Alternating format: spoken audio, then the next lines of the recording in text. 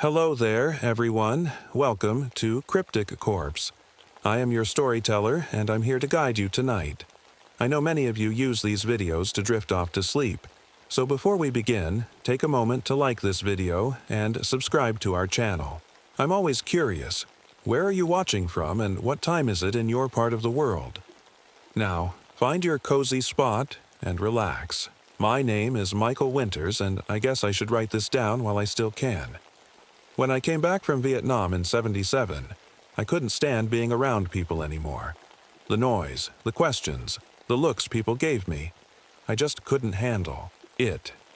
I'd wake up screaming most nights, and my hands wouldn't stop shaking when I went anywhere crowded. So I took my military pension and what little savings I had and bought 50 acres of forest up in northern Maine. It was cheap because it was so far from everything. The nearest town was 17 miles away, just a tiny place called Millfield with one general store and a diner. Perfect for me. No neighbors, no noise, just trees and peace. I started building my cabin that spring. Took me nearly 3 months to finish it, but I was proud when it was done. Nothing fancy. 2 rooms, a wood stove, and a small porch. But it was mine, built with my own hands. I dug a well, set up some solar panels for basic electricity, and planted a vegetable garden. By summer, I had snares set up for rabbits and was hunting deer when I needed meat. For the first time since before the war, I felt good. I was taking care of myself, living on my own terms. No one telling me what to do, no crowds making my chest tight, no loud noises making me dive for cover. Just me and the woods and the quiet. Well, me and Rex. I got him from a shelter in Millfield. Big German Shepherd mix who'd been abandoned. He took to the woods like he was born for it, helped me hunt and kept me company on cold nights. Having Rex around made the cabin feel less empty. I had to go into town every couple of weeks for things I couldn't make or hunt. Coffee, flour, ammunition, stuff like that. The people at the general store were nice enough, but they kept their distance. Fine by me. But this one time, old Bill, who ran the store, was chatting more than usual. Asked me where exactly my land was. When I told him, his face changed. That old Blackwood property? Way out past Settlers Creek? He asked, looking worried. I nodded, and he exchanged looks with his wife behind the counter. Folks don't usually stay out there too long, he said finally. The woods, they change people out there. I laughed it off. I'm not worried about ghosts, if that's what you mean. Bill didn't laugh back. Not ghosts. Something else. Just keep an eye out, is all I'm saying. I thought it was just small town superstition. I'd faced real horror in Vietnam. Whatever scary campfire stories they had about my woods weren't going to bother me. But about 4 months after I moved in, I started noticing things. First were the stone arrangements. I was checking my traps one morning when I came across a circle of stones, each about the size of my fist, arranged in a perfect circle with a larger stone in the center. I figured maybe some hikers had passed through, though I'd never seen any. Signs of other people. A week later, I found another arrangement, this time in a spiral pattern. Then another, and another. I started marking their locations on my property map and noticed they formed a larger pattern around my cabin. That bothered me, but I told myself there must be a logical explanation. Then Rex started acting strange. He'd always been a calm dog, but at night he began growling at corners of the cabin where nothing was there. He'd stare at the walls, his fur standing up, refusing to go near certain parts of the house. Sometimes he'd wake me up in the middle of the night, barking wildly at the door, but when I'd open it, nothing was there. One night, I woke up to find him standing completely still in the center of the room, his eyes fixed on my bedroom doorway, a low growl coming from deep in his throat. I called his name, but he wouldn't move, wouldn't even look at me. Just kept staring and growling until sunrise. I told myself it was probably just animals, maybe a fox or a bear getting too close to the cabin. But deep down, I was starting to wonder if Bill from the general store might have been right about these woods after all. Things got stranger as fall turned to winter. I started finding my rabbit snares moved around.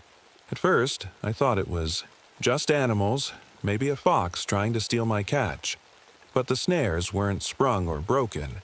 They were carefully taken apart and put back together in slightly different spots, like someone was adjusting them. Even weirder, I'd find little piles of stuff next to them, berries arranged in a small circle, a bunch of white flowers I'd never seen before. Once, a perfect line of small bones, too small to be from any animal I recognized. Rex wouldn't go near these spots. He'd whine and pull at his leash, trying to go the other way. One evening in early December, while I was chopping wood near the edge of the clearing, I felt someone watching me. You develop a sense for that kind of thing in war. I turned slowly and saw something standing between two pine trees about 50 yards away. I couldn't make out much detail, just that it was tall, really tall, maybe 7 or 8 feet, too skinny to be human but standing on 2 legs. I called out, but it didn't move. I took a step toward it and it was gone. Not like it ran away, more like it was never there in the first place. I told myself it was just shadows playing tricks, but I started carrying my rifle everywhere after that. About a week later, a guy named Raymond showed up at my cabin. He was a local hunter I'd met once or twice in town. Big guy with a red beard and friendly eyes. Said he was tracking a deer and wanted to know if I'd seen it. I invited him in for coffee. While we sat at my table, Raymond kept looking at my walls, especially at the places where Rex wouldn't go near. "You been hearing things at night?" he asked suddenly. I hesitated, then nodded. "Voices? Like someone calling your name?" I hadn't heard voices yet, but the way he said it made my skin crawl. "The woods around here ain't normal," Raymond said, his ETT voice low. "Old-timers call them the tall ones. Been taking people for generations." "Taking people?" I asked, trying not to sound as nervous as I felt. "Folks go missing. Usually outsiders who move in don't know the rules." He leaned forward. "They change you, bit by bit, until you become one of them." I laughed, but it sounded hollow even to me. "You believe that?" Raymond didn't smile. "My grandpa disappeared in these woods when I was a kid. Found his boots a year later, nothing else." He stood up. "I hunt these woods because someone's gotta keep an eye on them, make sure they don't spread." Before he left, Raymond said he'd come back in a few days, take me hunting, show me the parts of the forest to avoid. We made plans to meet Saturday morning. He never showed up. After waiting a couple hours, I drove down the logging road thinking I might run into him. About 3 miles from my cabin, I found his truck parked on the side of the road. Engine cold. No sign of Raymond. I called for him, then hiked around the area. Nothing. His rifle was still in his truck. No hunter would go into these woods without his gun. I drove to town to tell the sheriff, but he just sighed and wrote it down. Said Raymond probably got drunk and wandered off. The way he said it, I could tell he didn't believe it himself. When I got back to my cabin, I noticed something on Raymond's seat I hadn't seen before. A worn leather journal. I took it inside and started reading. It wasn't a hunting journal like I expected. It was a record of people who'd disappeared in these woods going back to the 1940s. Names, dates, locations. Some had little notes like partial remains found, or claimed by the tall ones. The last few pages were about me. Raymond had been watching my cabin.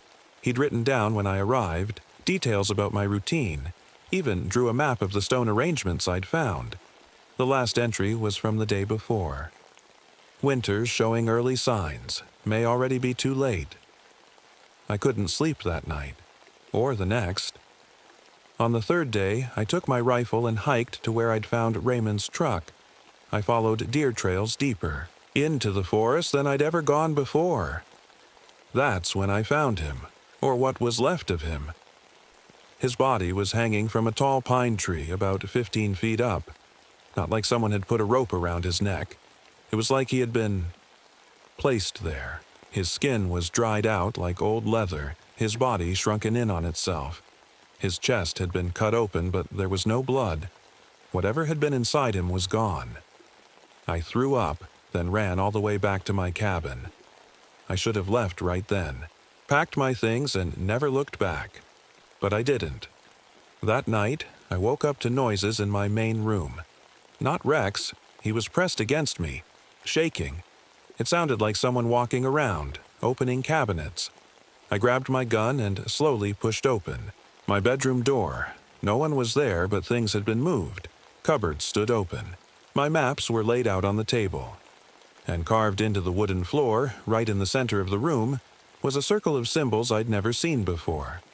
They looked a bit like letters, but twisted and wrong somehow. They seemed to move a little when I wasn't looking directly at them.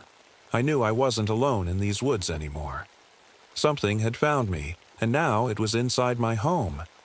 I didn't sleep that night, just sat with my back against the wall, gun in my lap, watching the symbols on my floor. Rex wouldn't leave my side. Every sound from the forest made us both jump. When morning came, I decided to check the area around my cabin again. Rex was eager to get outside, but as we walked toward the tree line, he suddenly stopped. His ears went back and he started growling at something in the woods. I squinted but couldn't see anything. Then Rex took off running, barking like crazy. "Rex, come back!" I shouted, but he was already disappearing between the trees. I ran after him, calling his name. I could hear him barking, getting farther away. Then, suddenly, silence. "Rex!" I yelled, now deep in the forest. No answer. I searched. For hours, following what I thought were his tracks until they just stopped, like he'd vanished into thin air. All I found was his collar, lying on the ground near what looked like the entrance to a small cave. A cave I'd never seen before, even though I'd walked this part of my property dozens of times. The cave opening was only about 4 feet tall, forcing me to crouch. I shined my flashlight inside, calling Rex's name. The beam of light showed a narrow tunnel leading down. I was about to go in when I heard something from inside. A sound like Rex whimpering. Then, clear as day, I heard him bark once, but the sound wasn't right. It echoed strangely, like it was coming from much deeper than my flashlight could reach. "Rex?" I called again. This time I heard something else. A voice. A human voice. "Michael. Help me." It sounded like Raymond, but Raymond was dead. I'd seen his body. I backed away from the cave entrance, my heart pounding. Whatever was in there, it wasn't Rex or Raymond. When I got back to my cabin, I called the sheriff's office on my emergency radio. I told them about finding Raymond's body and about Rex going missing. Sheriff Henderson said he'd come out the next morning to investigate. True to his word, Henderson showed up around 10 a.m., looking tired and annoyed. He was a big man with a gray mustache and eyes that had seen too much. "Show me where you found Raymond," he said after a quick look at the symbols on my floor. He didn't seem surprised by them, which was strange. I led him into the woods, trying to find the tree where Raymond's body had been hanging. But I couldn't find it. We walked for hours, and nothing looked familiar. I swear it was right around. "Here," I said, feeling crazy. "I know what I saw." Henderson gave me a look that was part pity, part suspicion. "These woods can play tricks on your mind, Winters, especially if you're out here alone too long." As we headed back toward my cabin, Henderson suddenly stopped. He looked disoriented, turning in a complete circle. "Which way is your cabin from here?" he asked, his voice tight. I pointed. "That way, about half a mile." He shook his head. "No, that's not right. We came from that direction." He pointed the opposite way. "I'm sure it's this way," I said, but now I was doubting myself too. The trees all looked the same. Henderson checked his watch. "It's almost 4 p.m., he said, sounding confused. "We can't have been out here that long." But we had left at 10:30 a.m. Somehow, 5.5 hours had passed, but it had felt like only 2. "Let's just follow your compass," Henderson said, reaching for it on his belt. But when he looked at it, the needle was spinning wildly in circles. Eventually, we made it back to my cabin, but Henderson was shaken. He said he'd send someone to look for Rex, but I could tell he just wanted to leave. As he was getting into his truck, he paused. "Winters," he said, not looking at me. "My grandfather was the sheriff here back in the 50s. He had a file about these woods, people going missing, strange sightings." He finally met my eyes. "Get out while you can." 3 days later, I heard on my radio that Sheriff Henderson hadn't returned home. Search parties found his body on the 4th day. The report said he was kneeling in front of a small cave entrance, his hands at his sides, like he was waiting for something. Just listening to the description, I knew it was the same cave where I'd found Rex's collar. After that, I went to the town library to see if I could find any history about my land. The librarian, an old woman named Mrs. Keller, looked scared when I told her what property I was researching. "The Blackwood land," she whispered. "Not much written down about it. People don't like to talk about it." But she did find an old book about the local Native American tribe that had lived in the area hundreds of years ago. There was a chapter about sacred and forbidden places. They called my woods the Hunger Grounds, and wouldn't go near them, not even to hunt. The book said they believed the land was home to spirits that would reshape men into their own image. That night, I had the worst nightmare of my life. I was standing in a circle of those tall, thin figures. They had no faces, just smooth, pale skin stretched over skull-like heads. They were touching me with long, bony fingers, and I could feel my bones stretching, my skin pulling tight. I was becoming one of them. I woke up screaming, my body drenched in sweat. The next morning, I found fresh footprints in the mud outside. My cabin. My own boots, my own stride. But I had no memory of going outside during the night. I followed the tracks, even though everything in me was screaming not to. They led straight to the cave where Rex had disappeared. And beside the entrance, scratched into the rock, were primitive drawings.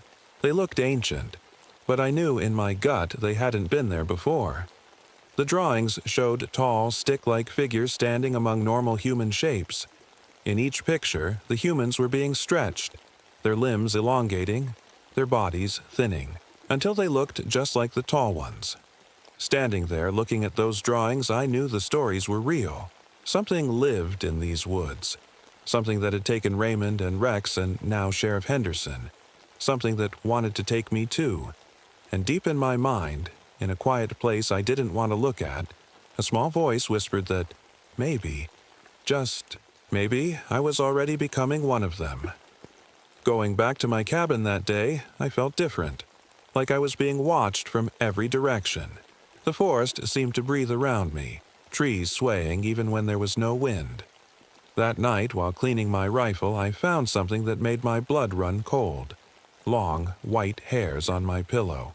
They were impossibly thin, almost like spider. Silk, but definitely hairs. When I touched one, it seemed to move slightly, curling around my finger before I jerked my hand away. I tried to calm myself with the radio, turning the dial to find some music or news from the outside world. But all I got was static, except when I pointed the antenna toward the part of the forest where the cave was. Then, through the static, I heard voices, talking backwards, words I couldn't understand but somehow knew were calling to me. I needed proof of what was happening. The next day, I set up 3 trail cameras I'd bought for tracking deer. One near my cabin, one halfway to the cave, and one near the cave entrance itself. I wasn't sure if I was being brave or stupid. Probably stupid. A week later, I checked the cameras. Most pictures showed nothing unusual. Deer, raccoons, a fox. But on the camera near the cave, I found 3 images that made my hands shake so bad I dropped the camera. The first showed a figure at the edge of the frame. It was hard to make out, but it looked around 9 feet tall, unnaturally thin, with arms that hung down to its knees. Its head was shaped wrong, too long, with what looked like antlers or branches growing from it. The second picture, taken just seconds later, showed the same creature bending in a way that shouldn't be possible, its body twisting like it had no bones, squeezing through a gap between trees that couldn't have been more than a foot wide. The third picture showed nothing, just an empty forest, like it had vanished. Wendigo, I whispered, remembering stories I'd heard as a kid, creatures that were once human but had transformed into something else, hunters that could never satisfy their hunger. When I got back to my cabin, I found all my food covered in strange white mold. It looked like tiny hands reaching up from the bread, meat, and canned goods I'd stored for winter. Everything had to be thrown out. That night, as I was falling asleep, I heard Rex barking outside. I grabbed my flashlight and gun and ran to the door. "Rex!" I shouted, shining the light into the trees. I could hear him barking just out of sight. "Come here, boy." The barking moved further away, like he was running deeper into the forest. I started to follow, then stopped. I remembered what Raymond had said before he disappeared. The Wendigo could copy voices. "That's not Rex," I said to myself, backing into my cabin and locking the door. But as I turned away from the door, I heard another voice. "Michael, help me." It was Raymond again, but different this time, like he was in pain. "They're changing me. Please." I put my hands over my ears, but the voice seemed to come from inside my head now. The next morning, I woke up on my porch, freezing cold. I had no memory of going outside. My boots were caked with mud, and I had scratches all over my arms. Looking at the ground, I could see my own tracks leading from the tree line to where I lay. I checked my watch. It was almost noon. The last thing I remembered was going to bed around 10 p.m. 14 hours gone. This started happening more often. I'd wake up miles from my cabin, with no idea how I got there. Once I came to my senses while standing right at the mouth of the cave, my hand reaching into the darkness. I tried to keep track of these episodes in my journal, but when I looked back through it, I found something terrifying. According to my entries, I'd been in these woods for 8 months, but I only remembered about 3. Somehow, I'd lost almost 5 months of my life. One morning, I caught sight of myself in the small mirror above my sink and jumped back in shock. My reflection moved a split second after I did, like it was copying me rather than reflecting me. And my face, it was so thin. My cheeks were hollow, my eyes sunken deep in their sockets. I looked like I was starving, even though I'd been eating regularly. That same day, I found a hidden compartment under a floorboard in the cabin. Inside was a journal from a forest ranger named Thomas Miller, dated 1934. He'd lived in my cabin, watched over these woods. His journal detailed the Wendigo life cycle. "They don't just eat people," he'd written. "They transform them, slowly. First the mind, memory loss, sleepwalking, hearing voices. Then the body begins to change. The hunger comes last. By then, it's too late. The final pages were just the same. Words written over and over. I'm so hungry. I'm so hungry. I'm so hungry." That night, I heard scratching inside my walls. Not like mice or squirrels. This was deliberate, rhythmic, like something was counting. I put my ear against the wall and heard breathing on the other side. Whatever was in there. It was listening to me, too. I couldn't sleep, so I set up my video camera on a tripod pointing at myself in bed. I needed to know what was happening during my blackouts. When I watched the footage the next morning, I felt sick. The video showed me getting up around 2 a.m., moving stiffly like a puppet. I walked to the door, opened it, and left. The camera kept recording my empty bed until sunrise, when I came back in, lay down, and continued sleeping like nothing had happened. I watched the footage again and again, trying to understand. Then I noticed something in the corner of the frame, just barely visible. Long, pale fingers curling around my bedroom door, beckoning me to follow. I was out of my depth. I needed help. I used my emergency radio to call for assistance, telling them I was sick, possibly dying. 3 rescue workers showed up the next day in a heavy-duty truck.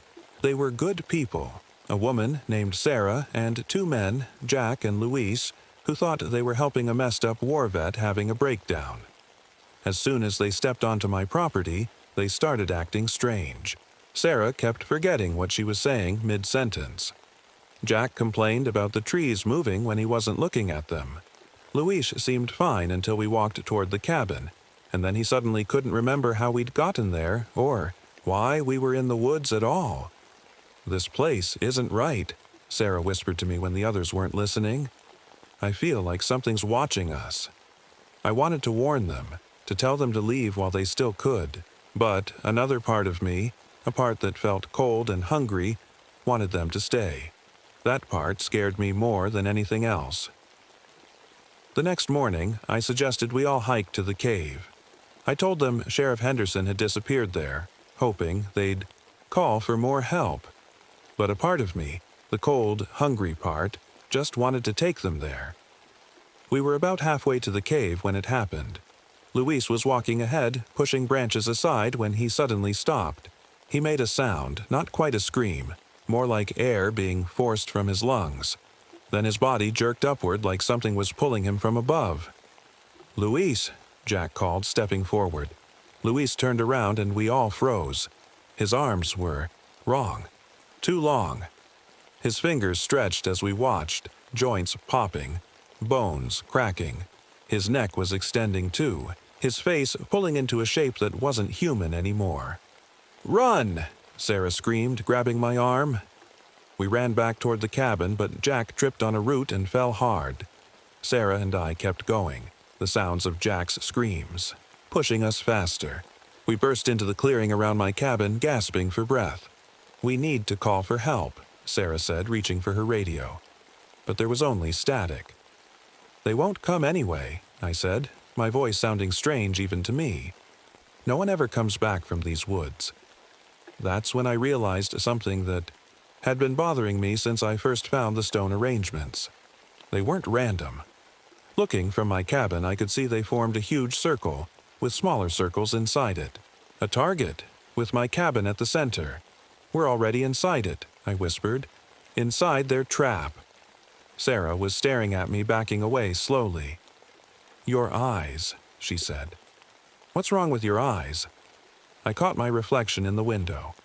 My pupils had changed shape, becoming vertical slits like a cat's, or like the eyes I'd seen in the trail camera photos. That night, the hunger started. A deep, gnawing pain in my stomach that nothing would satisfy.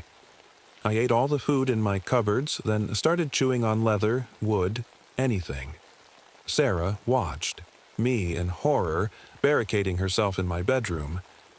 I knew what was happening. I was turning, becoming one of them. In the morning, I could barely recognize myself. My joints ached as my bones slowly stretched. My teeth felt loose in my gums. When I pulled one out, I saw a sharper, pointed tooth already growing beneath it. Sarah was gone from the bedroom. The window was open, and I knew she'd run. Part of me hoped she'd make it out.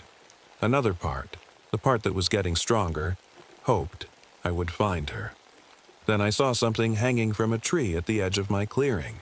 2 shapes, Jack and Luis, strung up like Raymond had been. Their bodies were dried out, organs removed, and standing beneath them was Sarah, but not Sarah anymore. Her arms were too long now, her body impossibly thin. She turned her head toward me at an angle no human neck could manage and made a sound like branches breaking. I knew then that I had to end this. If I couldn't save myself, maybe I could stop it from happening to anyone else. I stumbled back to my cabin, my limbs not working right anymore. I broke open my emergency fuel cans and poured them over everything. The floors, the walls, my clothes. With hands that didn't feel like mine anymore, I lit a match and dropped it. The cabin went up fast. I walked outside and poured the rest of the fuel in a circle around the clearing. Soon, the trees were burning too, a wall of fire spreading through the forest. I stood in the middle of the flames waiting for them to take me, but the fire didn't hurt. I felt it licking at my skin, but there was no pain, no burning. Through the smoke and flames, I saw them emerging from the trees. Dozens of them. The Wendigo. Tall, skeletal figures with antlered heads and long, grasping fingers. They walked through the fire like it wasn't there. One stepped forward. The one that had been Sarah. She reached out and touched my face with fingers that felt like cool wood. And suddenly, I understood. This was always going to happen. The forest chooses who it wants, and it had chosen me from the moment I arrived. My last human thought was of the Ranger's journal. They transform them, slowly. Then the hunger took over, and Michael Winters was gone. The forest grew back in just 6 months. Where there had been charred earth and blackened trees, new growth sprung up, faster and thicker than should have been possible. In the small town of Millfield, a young man named Thomas Carter saw a listing for cheap land in northern Maine. Recently divorced and looking for a fresh start, he thought it sounded perfect.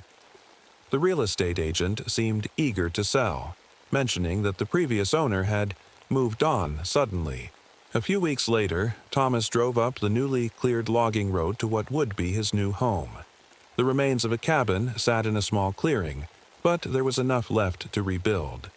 He walked the property line, planning where to plant a garden, where to set up his workshop. At the edge of the clearing, he found a strange arrangement of stones, a perfect circle with a larger stone in the center. As he knelt to examine it, he felt like he was being watched. From between the trees, a tall, thin figure observed the newcomer. It wore tattered clothes, and around one bony wrist was a metal bracelet with faded words. M. Winters, USMC. A small motion-activated camera set up by the Forestry Service to monitor wildlife after the fire captured a single image that night.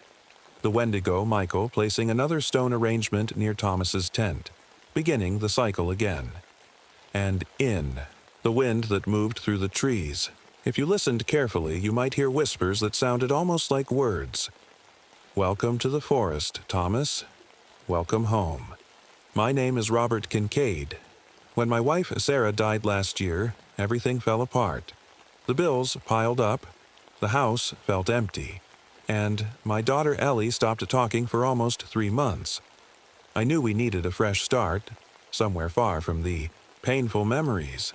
That's how we ended up at Lake Whisper. It's not much, I told Ellie as our old station wagon rolled to a stop in front of the cabin. But it's ours now. The fishing cabin stood at the edge of the water, its wooden walls weathered gray from years of Wisconsin winters. My great-uncle Frank had left it to me in his will.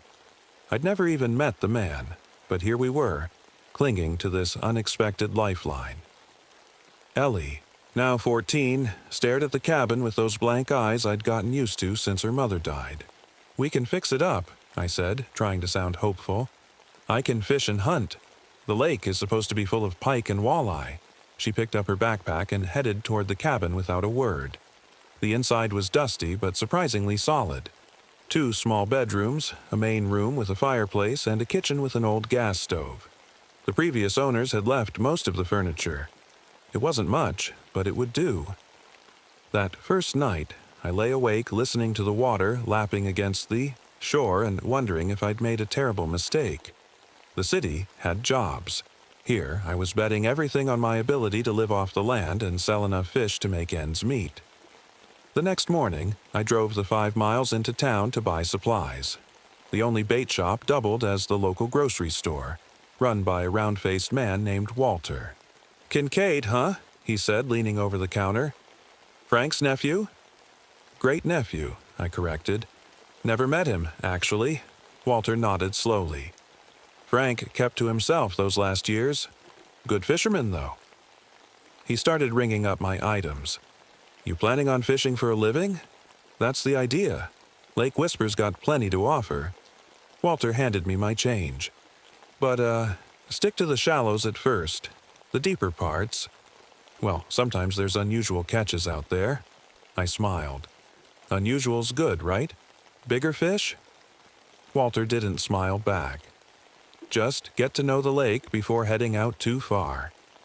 He turned away to help another customer, conversation clearly over. When I got back, Ellie was down by the water, tossing stones. It was the most active I'd seen her in months. Find anything interesting? I asked. She shrugged. There's weird marks. On the cabin. On the foundation. Probably animal scratches, I said. They're not scratches. She led me around to the back of the cabin where the concrete foundation was exposed. Someone had carved dozens of tally marks into the concrete, grouped in sets. Next to each group was a date. The earliest I could make out was 1924. Maybe Uncle Frank was counting fish, I suggested. Ellie ran her fingers over the marks. Why put dates, and why carve them into concrete? I didn't have an answer for that.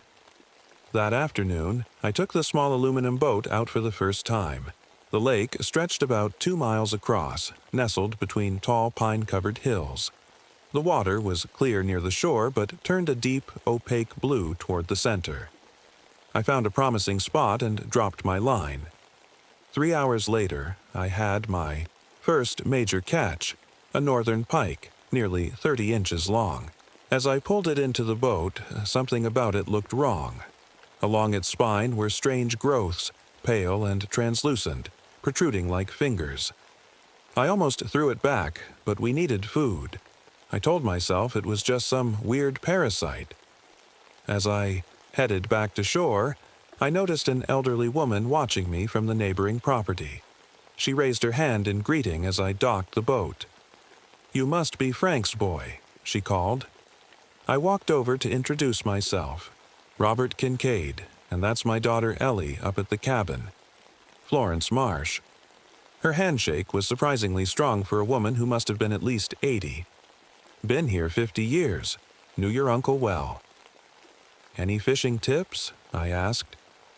Her smile faded. Stay on this side of the shelf. The shelf? Lake drops suddenly about halfway across. Gets real deep after that. She glanced at my catch. And I wouldn't eat anything with those growths if I were you. I looked down at the pike. Is it some kind of pollution? Florence shook her head. Nothing like that. Lake Whisper has always been different. She turned to go. Come by for coffee sometime, and be careful where you fish, Robert. That night, I threw the pike away. We ate canned beans instead. After Ellie went to bed, I found a box of my uncle's things in the hall closet. Inside were fishing journals going back decades. I flipped through the most recent one, from just before he died. The first entries were normal enough. Notes about weather conditions, good fishing spots, what bait worked best. But as I got toward the end, the writing changed, became erratic. They're getting louder. When the ice forms, I can hear them better somehow. Voices coming through the ice. They know my name now. I closed the journal, telling myself Uncle Frank must have been losing his mind in his old age. But as I turned out the light, I couldn't shake the feeling that something was watching me from beyond the dark window, from somewhere out on the lake. That night, I woke to the sound of footsteps, soft, padding steps moving through the cabin. "Ellie," I called out, my voice thick with sleep. No answer. I fumbled for the flashlight beside my bed and clicked it on. The beam cut through the darkness as I made my way to Ellie's room. Her bed was empty. My heart jumped into my throat. I rushed through the cabin calling her name. The front door stood open, swinging gently in the night breeze. Outside, the moon cast a silver path across the lake, and there was Ellie, walking slowly toward the water's edge in her pajamas. Ellie! I ran after her, my bare feet cold on the dewy grass. She didn't turn around. She kept walking, one step after another, right up to the shoreline. Only when her toes touched the water did she stop, suddenly, as if waking up. "Dad?" She looked around, confused. "What am I doing out here?" "You were sleepwalking," I said, putting my arm around her shoulders. She was ice cold. "Let's get you back inside." As we turned to go, I could have sworn I saw ripples on the water, moving toward us rather than away, like something below had just submerged. The next morning, I drove into town to visit the local library. The librarian was a middle-aged woman named Ms. Jenkins who looked surprised to have a visitor. "Lake Whisper history?" she repeated after I asked. "Not much written down, I'm afraid. What are you looking for specifically?" "I don't know exactly," I admitted. "Anything unusual about the lake, I guess." She gave me a curious look. "You're staying in the old Kincaid place, aren't you?" I nodded. "Wait here." She disappeared into a back room and returned with a stack of old newspapers. "These might interest you." I spent the morning going through yellowed pages of the Lake Whisper Gazette. It didn't take long to notice a pattern. Every 30 years or so there was a spike in drownings. 1893, 1923, 1954, 1983. Always 3 or 4 people in a single summer. "Find what you were looking for?" Miss Jenkins asked when I returned the papers. "Maybe. Does the lake have a history of being dangerous?" She busied herself rearranging books on a nearby shelf. "All lakes are dangerous if you don't respect them." Back at the cabin, I found Ellie sitting on the dock with a boy about her age. She actually smiled when she introduced us. "Dad, this is Mason. He lives down the lake." Mason was tall and lanky with a serious face. "Nice to meet you, sir. My family's been here forever." "Mason was telling me about the lake people," Ellie said. I raised an eyebrow. "Lake people?" Mason nodded, his face serious. "That's what my grandpa called them. He said there used to be a village where the lake is now, in the 1800s. But they were different, did strange rituals. When they found out the county was going, to make them leave, they flooded their own village instead." "Flooded it? How?" I asked. "Blew up the natural dam on the river," Mason said. "At least that's what my grandpa told me. He used to see things in the water sometimes. Went missing when my dad was little. They never found him." I didn't know what to say to that. It sounded like a campfire story, but the boy seemed convinced. It was true. That night I tried the water from the kitchen tap and nearly spit it out. It tasted like old pennies. "The water tastes funny," I told Ellie. She took a sip and shrugged. "It's fine." But it wasn't fine. I dug a new well when we arrived, and the water had been perfect until now. Still, I couldn't afford to dig another. 1. We'd have to make do. That night, a storm rolled in across the lake. Rain lashed against the windows and thunder shook the small cabin. I sat by the window watching lightning flash over the water. And that's when I saw them. Lights. Under the water. At first, I thought it was just reflections of the lightning, but these lights moved on their own. Glowing green-blue dots sliding.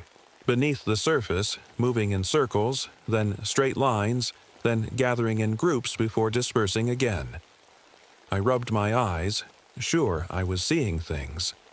But when I looked again, they were still there. Dozens of them. Far out where the lake got, deep. The next morning, Ellie found something on the dock. A careful arrangement of fish bones, unusual shells, and water plants laid out in a pattern like a strange star. "Someone left it," she said, poking at it with a stick. "Probably Mason playing a joke," I said, though I didn't believe it. The arrangement was too deliberate, too careful. "It's a gift," Ellie said with certainty. "From the lake." Later that day, I took the boat out again. I needed to catch something for dinner, strange lake or not. Everything was fine until I reached the middle of the lake. The motor coughed once, twice, then died completely. I pulled the starter cord, again and again, but nothing happened. The boat drifted silently over the deep water. Looking down, I could see only darkness below me. Then something bumped the bottom of the boat. A gentle thud, followed by another, like someone knocking, asking, to be let in. I grabbed the oars and rowed back to shore as fast as I could. I didn't tell Ellie about the knocking under the boat. She was finally starting to seem happy here, and I didn't want to scare her. But that night, I couldn't sleep. I kept thinking about what Mason had said about the lake people, about the lights I'd seen under the water. In the morning, I found Ellie already awake, sitting at the kitchen table, staring at her hands. "Everything okay?" I asked, reaching for the coffee pot. She quickly hid her hands under the table. "Fine. Ellie," I said, using my serious dad voice. "What's wrong?" Slowly, she brought her hands back out. At first, I didn't see it. Then I noticed the thin webbing between her fingers. It wasn't much, just a translucent skin connecting her fingers about halfway down, but it definitely hadn't been there before. "Does it hurt?" I asked, trying to stay calm. She shook her head. "It feels normal, like it's supposed to be there." I examined her hands carefully. The webbing was pale but seemed like regular skin. "We should see a doctor," I said. "No." Her response was so quick and forceful it startled me. "I don't want to leave the lake." The way she said it sent a chill down my spine. Like the lake was a person she was afraid of disappointing. "Let's just wait a few days," she pleaded. "Please, Dad," I gave in. We didn't have health insurance anyway, and the nearest hospital was 30 miles away. I decided to watch for any other changes. Later that day, Florence came to visit, bringing a blueberry pie. As Ellie went to get plates, Florence grabbed my arm. "Something's changing in the lake," she whispered. "I can feel it. It's happening again." "What's happening?" I asked. She looked over her shoulder as if afraid of being overheard. "The cycle. Every 30 years. They get hungry." She pressed a small object into my hand. It was a stone with a hole through the middle, hung on a leather cord. "Keep this on her. It won't stop them, but it'll slow them down."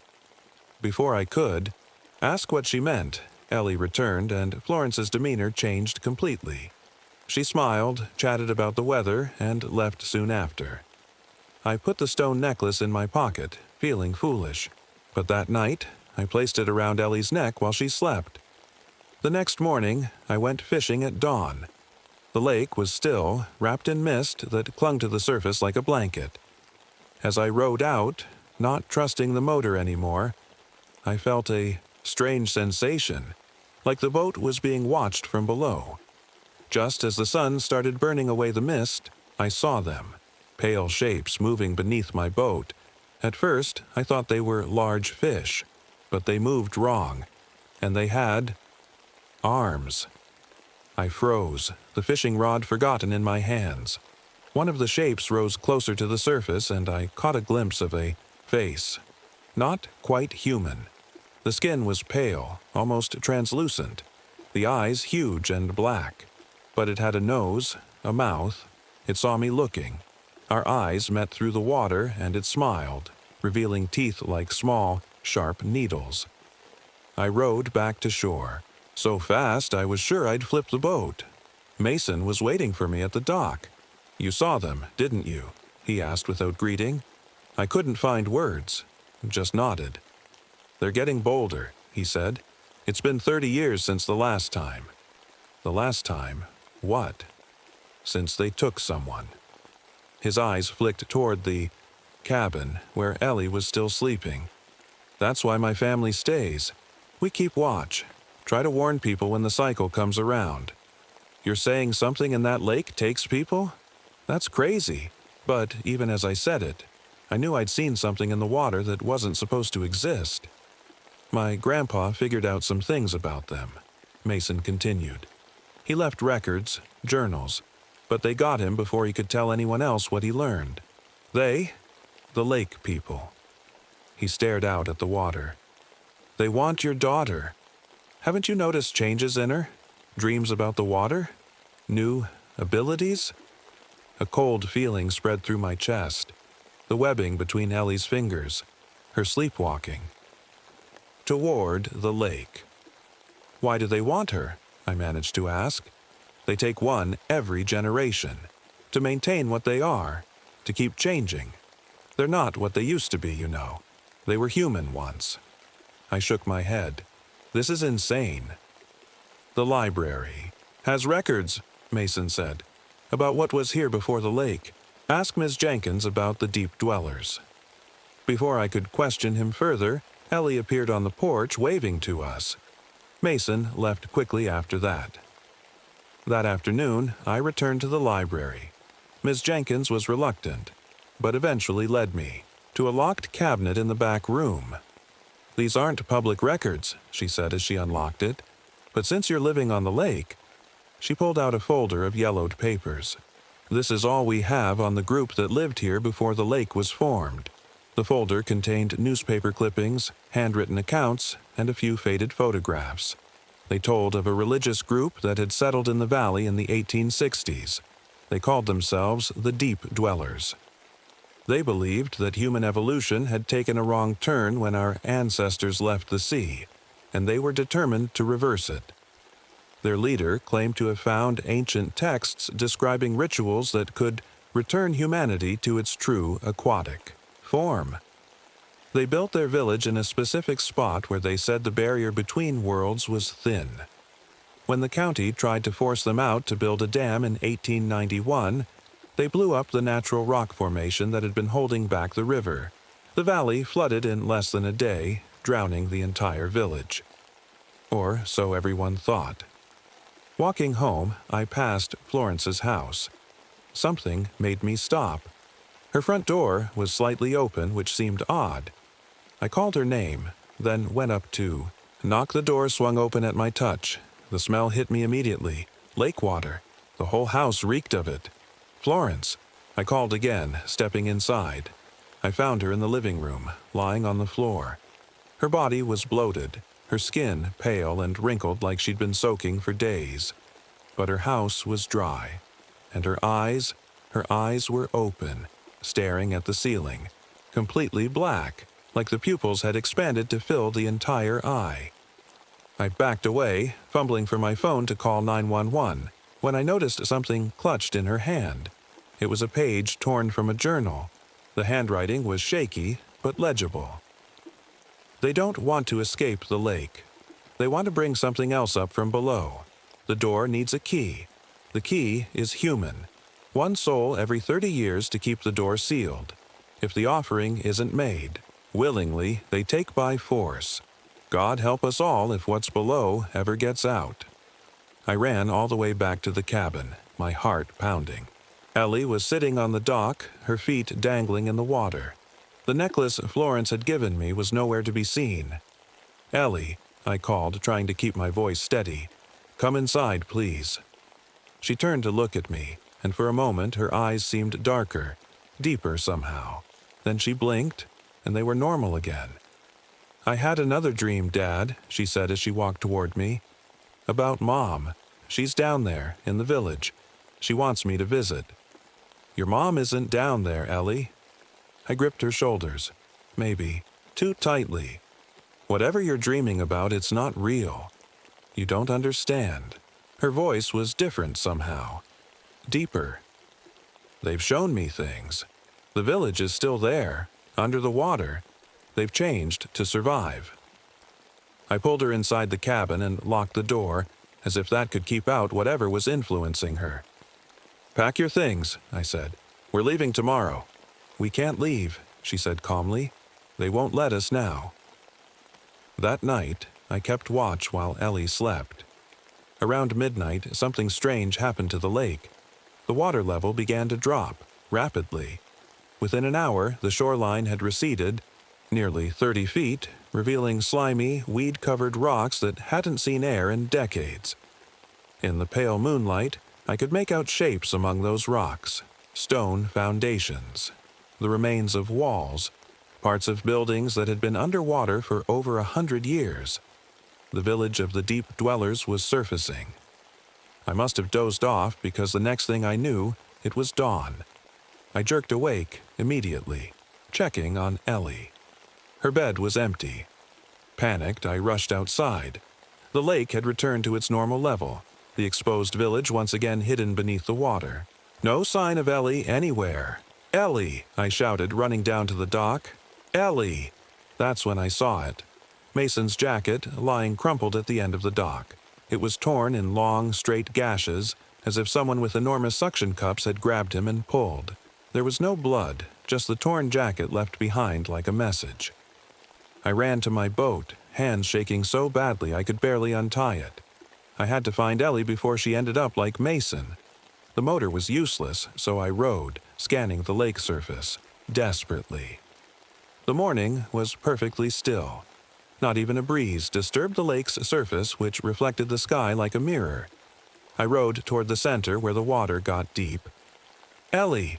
I called again, my voice echoing across the water. Something dark moved beneath the boat.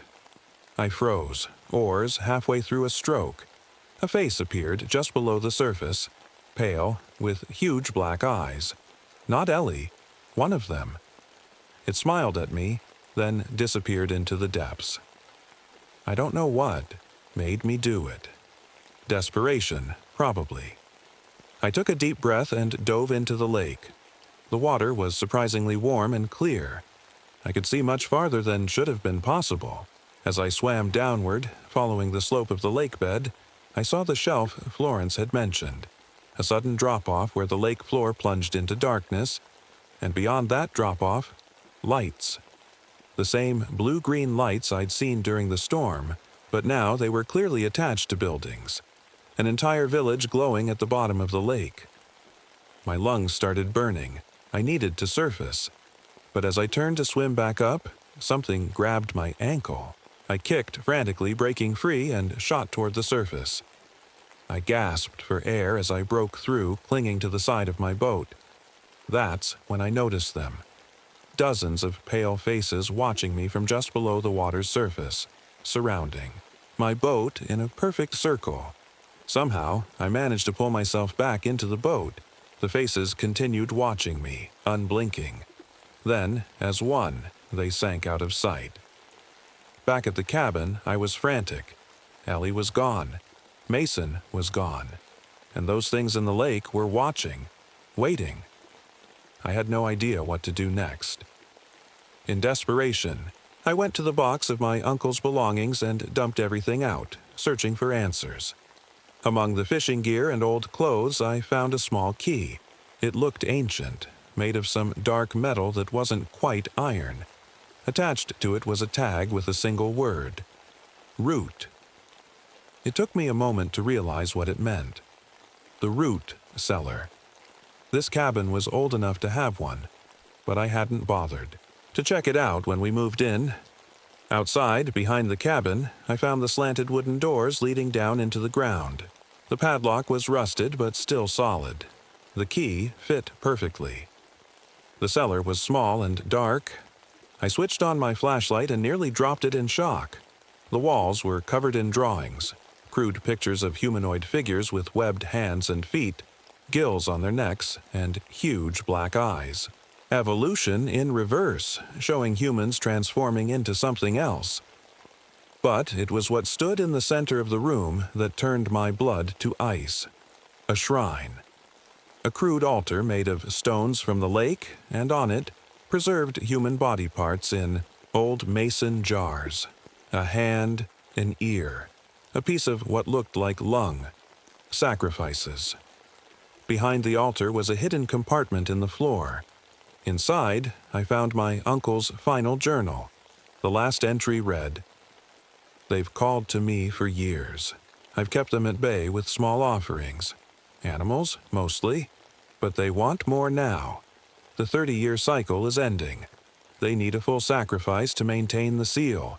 If I don't go willingly, they'll take someone else. Better me than some innocent. If anyone finds this, get away from Lake Whisper. The people below are nothing compared to what they're keeping contained." I suddenly understood the tally marks on the foundation. Not fish counts. People. Sacrifices. One every 30 years. A terrible thought struck me. What if Uncle Frank hadn't left me this cabin by chance? What if he knew they'd need someone new when he was gone? Someone with a child? A low humming noise pulled me from these thoughts. It was coming from outside, from the lake. I rushed up the cellar stairs and stopped, dead in my tracks. The lake water had turned black. Not dark blue, but completely black, like ink, and it was vibrating slightly, causing that humming sound that seemed to resonate in my bones. As I watched, frozen in place, Ellie walked out of the trees at the shoreline. She moved stiffly like a puppet. Her skin had a faint glow to it, visible. Even in daylight, Ellie! I ran toward her. She turned to me, her eyes now completely black, just like Florence's had been. "They're waking it up, Dad," she said, her voice strangely calm. "The thing beneath the door. They found a way to open it without a sacrifice. They just needed my help. Ellie, this isn't you. You have to fight it." "I saw Mom," she said, tears running down her cheeks. "They showed her to me. She's changing too. She wants us to join her." "That's not your mother," I said, reaching for her. "Whatever they showed you, it's a trick." For a moment, I thought I saw recognition flicker in her eyes. Then she turned and walked straight into the black water of the lake. I ran after her, splashing into the water without hesitation. It felt thick, almost oily. Ellie kept walking deeper until she was submerged completely. I dove after her. Underwater, everything changed. The black water should have made it impossible to see, but somehow I could. The darkness felt alive, like it was touching me, examining me. I swam deeper, following the faint glow of Ellie's skin ahead of me. My lungs burned, but I pushed on. I had to reach her. As we descended past the shelf, I saw the village below. Stone buildings arranged in a circle around a central plaza. Some structures were intact, preserved by the lake water. Others had crumbled. All of them glowed with that strange blue-green light, and moving among the buildings were the lake people. Dozens of them. Their bodies were humanoid but wrong. Too tall, too thin, with webbed hands and feet. Their skin was so pale it was nearly transparent, showing dark veins underneath. Their faces had human features, but their eyes were huge and completely black, their mouths too wide, filled with needle teeth. They were gathered in the central plaza, formed in a circle. In the middle of that circle was Ellie, standing on a stone platform. My lungs were screaming for air, but somehow I could still breathe. The water felt different here, thinner somehow. As I swam closer, I saw what the platform actually was. A massive stone door built into the lake bed. It was covered in carvings, symbols I didn't understand, and images that made no sense, showing creatures that couldn't exist. And the door was opening.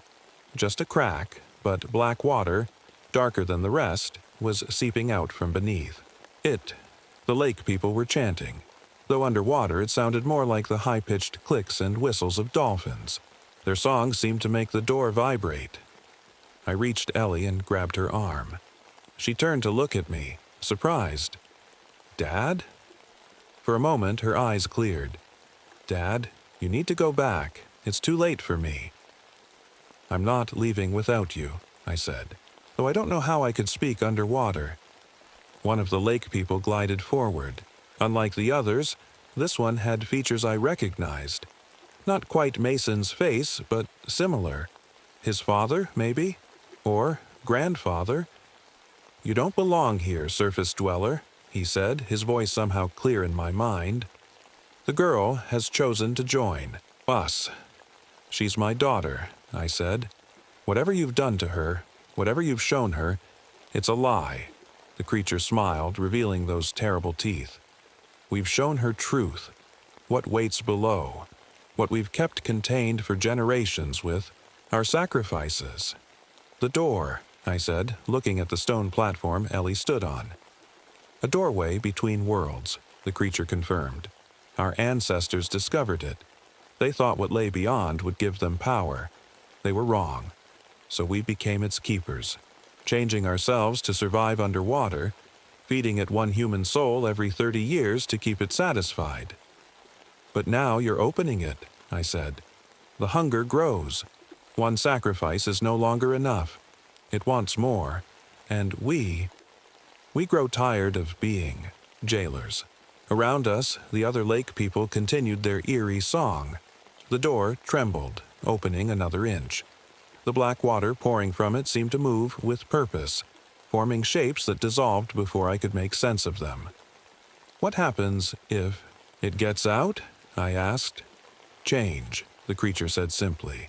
"Your world becomes something new, something older than humanity, and we will be rewarded for our service." Ellie's eyes had gone black again.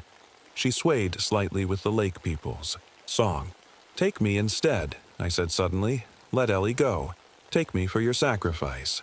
The singing stopped abruptly. The creature tilted its head, studying me.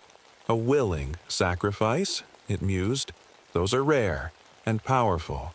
"Dad, no." Ellie seemed to wake up again, fighting whatever influence they had over her. "One condition," I said, ignoring her. "You let her go. You never touch her again. You close that door and keep it closed." The creature considered this for a long moment. Then it nodded. "A father's sacrifice. Yes, that will do nicely. Better than the girl." It turned to the others. "Prepare him." 2 of the lake people glided forward, taking my arms.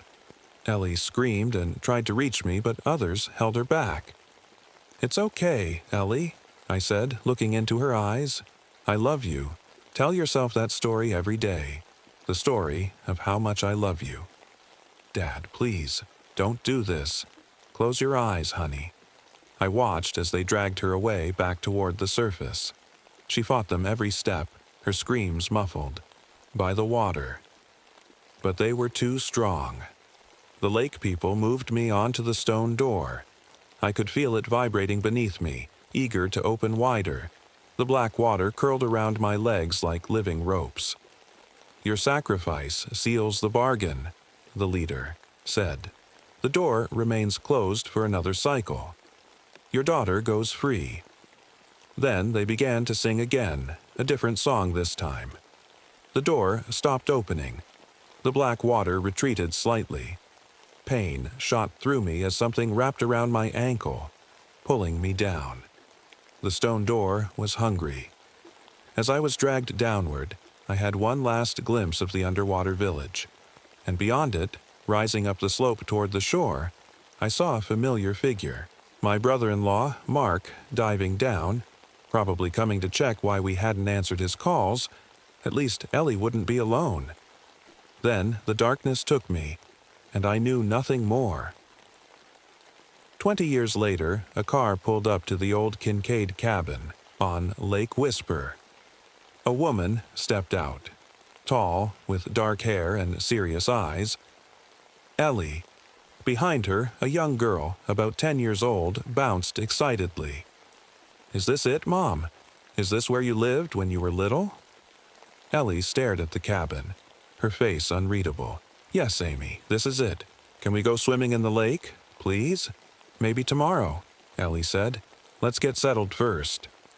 That night, Ellie sat on the porch, watching the lake. The water was calm, reflecting the full moon. Beautiful and peaceful.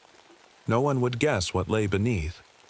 Her fingers absently traced the thin scars between her fingers where the webbing had been surgically removed all those years ago. Sometimes, in water, she could still feel it trying to grow back. Uncle Mark had saved her that day, pulling her from the lake half-drowned and raving about underwater people and her father's sacrifice. No one believed her story, of course. They said her father had drowned trying to save her after she foolishly swam out too far. Only she knew the truth, and she had never forgotten her father's last words. Tell yourself that story every day. The story of how much I love you. The next morning, Ellie found her daughter standing on the dock, staring at something. "Mom, look, someone left a present." Ellie's blood went cold. On the dock was a careful arrangement of shells, fish bones, and water plants formed in a star pattern, just like the ones she used to find. "Amy, come away from there," she said sharply. "But Mom, it's pretty. Who do you think left it?" Ellie looked out at the lake. For just a moment, she thought she saw a pale face watching from below the surface. Then it was gone. "The lake people," she said quietly. "They've been waiting for us." Amy's eyes went wide with excitement. "Lake people? Like mermaids?" Ellie knelt down, taking her daughter's hands. "Something like that. They're very dangerous, Amy. We need to leave, now." But even as she said it, Ellie felt the familiar pull, the call of the deep water, the promise of reunion. After all, her father was down there, and soon it would be 30 years since the last sacrifice. As they packed to leave, Ellie slipped away to the back of the cabin. The tally marks were still there on the foundation. She traced the last date with her finger. The year her father disappeared. Then, with a stone, she carefully carved a new mark. And beside it, this year's date. The cycle would continue, but next time she would be ready. "My name is Nathan Reynolds. I take pictures of nature for a living. The kind you see in magazines showing places where people hardly ever go. Last spring, I rented an old fire tower deep in the Appalachian Mountains. It's a tall building on stilts that sits on top of a mountain where forest rangers used to watch for fires. I wanted to be completely alone to take pictures of untouched land for my new photo book. The drive up the mountain took nearly 3 hours on roads that got narrower and bumpier the higher I went. By the time I reached the ranger station, my old Jeep was coated in dust and my back ached from the rough ride. Ranger Mike helped me load my gear into his truck for the final stretch to the tower. "Not many folks stay up there these days," he said, eyes fixed on the winding road ahead. "We have trouble keeping staff. The isolation gets to people, I guess." I smiled. "That's exactly what I'm looking for. Total isolation." The ranger gave me a look I couldn't quite read. "Well, you'll certainly get that." When we finally arrived, I was stunned by the view. The tower stood about 4 stories tall with a small cabin at the top and a wraparound deck. From up there, you could see mountains rolling out in every direction like waves frozen in time. Perfect for my photography. Solar panels for electricity, rainwater collection system for washing, and a satellite phone for emergencies, Ranger Mike explained as he helped me carry my equipment up the narrow stairs. "Signal's spotty, but it usually works. There's a radio, too, but it only reaches the station when weather's good." After he left, I spent the rest of the daylight unpacking my cameras, lenses, and supplies. The cabin was simple but had everything I needed. A small kitchen area, a desk, a bed, and walls lined with windows for spotting fires, or, in my case, perfect sunrise shots. Night fell quickly in the mountains. I heated up some canned soup, set up my time-lapse camera to capture the stars, and crawled into my sleeping bag, exhausted but excited to start shooting at dawn. That's when I first heard it. A deep, rhythmic thumping sound coming from somewhere inside the mountain. At first, I thought it might be my own heartbeat echoing in the quiet, but this was different. Deeper, steadier, like something huge was knocking from inside the rock. Ranger Mike hadn't mentioned anything about strange noises. I told myself it was probably just the wind hitting a rock formation in a weird way, or maybe water dripping in some cave. Natural explanations. Still, I didn't sleep well that first night. The next morning, I explored the small cabin more carefully. In a corner cabinet, I found expensive hiking boots, a high-end compass, and a backpack, all left behind. Who abandons good gear like that? In the desk drawer, I discovered a leather-bound logbook. The Forest Service required tower operators to keep daily records of weather conditions and potential fire risks. I flipped through the pages, seeing normal entries at first. Weather reports, wildlife sightings, but the last few weeks of entries from the previous operator grew strange. April 10th. Something moving on the south face, probably just shadows. April the 12th. Rocks shifting at night, not normal erosion patterns. April 15. They're watching from the crevices. I can feel eyes on me when I look through my binoculars. The final entry simply read, "They're in the rock. The mountain is hollow. They're coming out." A chill ran through me despite the morning sun warming. The cabin. The previous tower operator hadn't just left. They'd fled, leaving their gear behind. And now I was hearing strange sounds from inside the mountain. I closed the logbook and walked to the railing, looking out at the wilderness stretching in every direction. Miles of untouched forest and stone without another human being.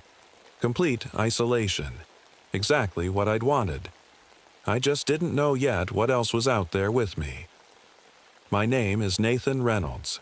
I take pictures of nature for a living, the kind you see in magazines showing places where people hardly ever go. Last spring, I rented an old fire tower deep in the Appalachian Mountains. It's a tall building on stilts that sits on top of a mountain, where forest rangers used to watch for fires. I wanted to be completely alone to take pictures of untouched land for my new photo book. The drive up the mountain took nearly 3 hours on roads that got narrower and bumpier the higher I went. By the time I reached the ranger station, my old Jeep was coated in dust and my back ached from the rough ride. Ranger Mike helped me load my gear into his truck for the final stretch to the tower. "Not many folks stay up there these days," he said, eyes fixed on the winding road ahead. "We have trouble keeping staff. The isolation gets to people, I guess." I smiled. That's exactly what I'm looking for. Total isolation. The ranger gave me a look I couldn't quite read. Well, you'll certainly get that. When we finally arrived, I was stunned by the view. The tower stood about 4 stories tall with a small cabin at the top and a wraparound deck. From up there, you could see mountains rolling out in every direction like waves frozen in time. Perfect for my photography. Solar panels for electricity, rainwater collection system for washing, and a satellite phone for emergencies, Ranger Mike explained as he helped me carry my equipment up the narrow stairs. Signal's spotty, but it usually works. There's a radio, too, but it only reaches the station when weather's good. After he left, I spent the rest of the daylight unpacking my cameras, lenses, and supplies. The cabin was simple but had everything I needed. A small kitchen area, a desk, a bed, and walls lined with windows for spotting fires, or, in my case, perfect sunrise shots. Night fell quickly in the mountains. I heated up some canned soup, set up my time-lapse camera to capture the stars, and crawled into my sleeping bag, exhausted but excited to start shooting at dawn. That's when I first heard it. A deep, rhythmic thumping sound coming from somewhere inside the mountain. At first, I thought it might be my own heartbeat echoing in the quiet, but this was different. Deeper, steadier, like something huge was knocking from inside the rock. Ranger Mike hadn't mentioned anything about strange noises. I told myself it was probably just the wind hitting a rock formation in a weird way, or maybe water dripping in some cave. Natural explanations. Still, I didn't sleep well that first night. The next morning, I explored the small cabin more carefully. In a corner cabinet, I found expensive hiking boots, a high-end compass, and a backpack, all left behind. Who abandons good gear like that? In the desk drawer, I discovered a leather-bound logbook. The Forest Service required tower operators to keep daily records of weather conditions and potential fire risks. I flipped through the pages, seeing normal entries at first. Weather reports, wildlife sightings, but the last few weeks of entries from the previous operator grew strange. April 10th. Something moving on the south face, probably just shadows. April the 12th. Rocks shifting at night, not normal erosion patterns. April 15. They're watching from the crevices. I can feel eyes on me when I look through my binoculars. The final entry simply read, "They're in the rock. The mountain is hollow. They're coming out." A chill ran through me despite the morning sun warming. The cabin. The previous tower operator hadn't just left. They'd fled, leaving their gear behind. And now I was hearing strange sounds from inside the mountain. I closed the logbook and walked to the railing, looking out at the wilderness stretching in, every direction. Miles of untouched forest and stone without another human being. Complete isolation. Exactly what I'd wanted. I just didn't know yet what else was out there with me. I didn't sleep at all that night. How could I, when the thumping sounds matched my heartbeat exactly? When my pulse quickened with fear, the sound sped up too. When I tried to calm myself by breathing slowly, the thumping slowed to match. Whatever was making those sounds was somehow connected to me.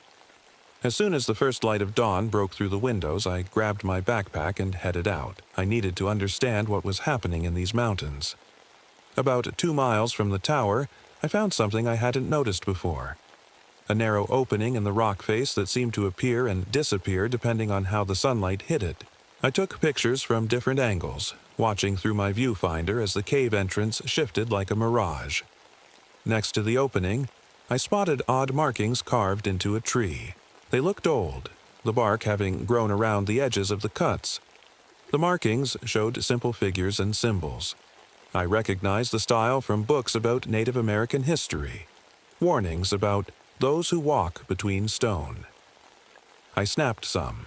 Close-ups of the carvings, my hands shaking slightly. I decided against entering the strange cave. Instead, I hiked farther along the ridge, finding more spiral rock formations and, to my increasing unease, more animal carcasses arranged in geometric patterns, this time a perfect circle of dead birds. By mid-afternoon, dark clouds rolled in. I tried calling Wade on the satellite phone, but got nothing. The connection that had worked perfectly at noon yesterday now gave me only static. I decided to head back before the storm hit. That's when I spotted Wade's bright orange hunting vest, caught on a bush near a rocky outcrop. His rifle lay nearby, and when I picked it up, my breath caught in my throat. Deep scratch marks ran along the wooden stock as if something with stone-hard claws had gripped it. No animal I knew could leave marks like that in solid hardwood. "Wade," I called out, my voice sounding small against the vastness of the mountain. "Wade, are you out there?" Only the wind answered, carrying the first drops of rain. I hurried back to the tower with Wade's rifle, the storm chasing me all the way. Once safe inside, I poured a glass of water from my jug and noticed something wrong. The water had tiny particles of sediment floating in it. I poured some into a clear dish and watched closely. The particles weren't just floating randomly. They were moving in patterns, almost like they were alive. I dumped out all my water and checked my food supplies. Everything seemed normal, but I'd lost my appetite anyway. That evening, I dug through the tower's small collection of books and maps left by previous operators. In a drawer beneath some old field guides, I found historical documents about the area. One yellowed newspaper clipping from 1886 described the disappearance of 9 miners from a nearby coal operation. "Men vanish without trace," read the headline. Another article from 1891 told of an entire small mining community, 27 people, who disappeared overnight, leaving meals half-eaten on tables and tools abandoned mid-task. Both incidents happened on this mountain. The ranger station had never mentioned any of this history. I wondered if they even knew. As night fell and rain pounded against the tower windows, I felt more alone than ever. The thumping sounds from within the mountain grew louder, still matching my heartbeat perfectly. I tried covering my ears, but that only made me more aware of my pulse and the matching rhythm from the rock. Lightning flashed, briefly illuminating the landscape. In that split second of brilliant light, I saw something that made me stumble backward in shock. Dozens of tall, thin figures were standing motionless on the cliffs facing the tower. They seemed to be watching me. When the next lightning flash came, they were gone. I barely slept that night, dozing in short bursts with Wade's rifle across my lap. The storm passed by morning, leaving everything wet and glistening. I needed to find Wade. Maybe he'd just gotten lost or hurt. Maybe he was still out there. I packed a day bag with emergency supplies and headed out toward where I'd found his rifle. The ground was muddy from the rain, making tracking easier. I followed what looked like drag marks up a narrow trail I hadn't noticed before. The path led to the entrance of what appeared to be an old mine shaft, half hidden by overgrown brush. Wooden support beams, rotted with age, framed the dark entrance. Carved into these beams were dozens of crosses, Bible verses, and what looked like prayers. Someone had been very afraid of whatever lay inside. I hesitated at the entrance, the logical part of my brain telling me to turn back, to hike down to the ranger station and bring help. But Wade might be in there, hurt and waiting for rescue.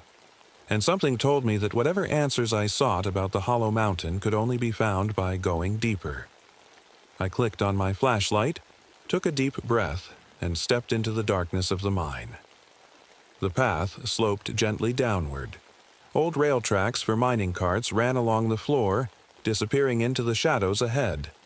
My light beam caught the glint of eyes, just rats scurrying, away from the unexpected intrusion.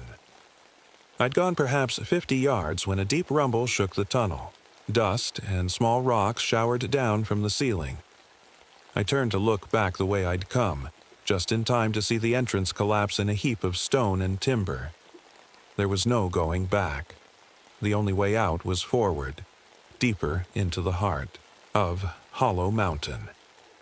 My flashlight beam cut through the darkness as I moved deeper into the mine shaft. The air grew colder with each step, and a strange smell filled my nostrils, like wet stone, and something else I couldn't place. Something almost like rotting meat, but not quite. The tunnel twisted and turned, sometimes branching into smaller passages.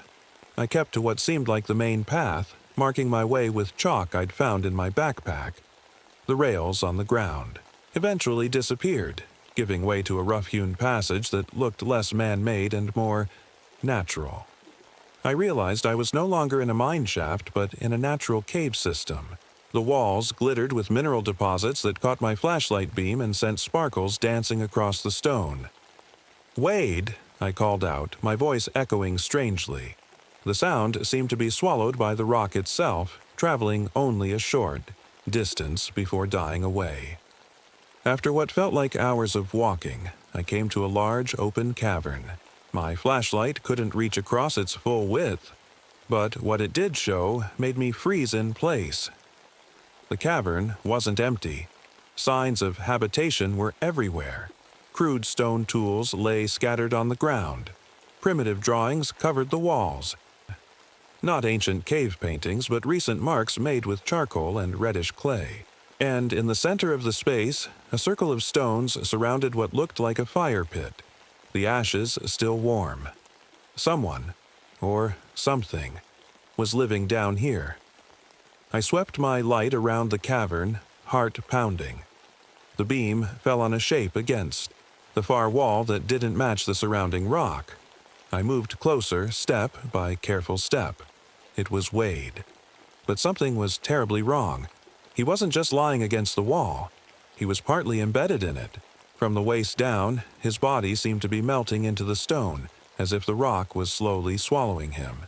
His eyes were open, staring at nothing. I choked back a scream and stumbled backward, nearly dropping my flashlight. "They're changing. Me!" a voice rasped, so suddenly that I jumped. Wade's lips were moving. He was alive. "Wade, I'll get you out of there," I said, rushing forward. But as I got closer, I could see there was no hope. The stone and his flesh had become one. "Too late for me," he whispered. "The Hollow Ones. They're not just in the mountain. They are the mountain, and the mountain is hungry." "What are they?" I asked, kneeling beside him but afraid to touch where flesh met stone. "Miners. From long ago. Found something deep. Changed them. Now they change others." Each word seemed to cost him terrible effort. "They move through rock like it's water.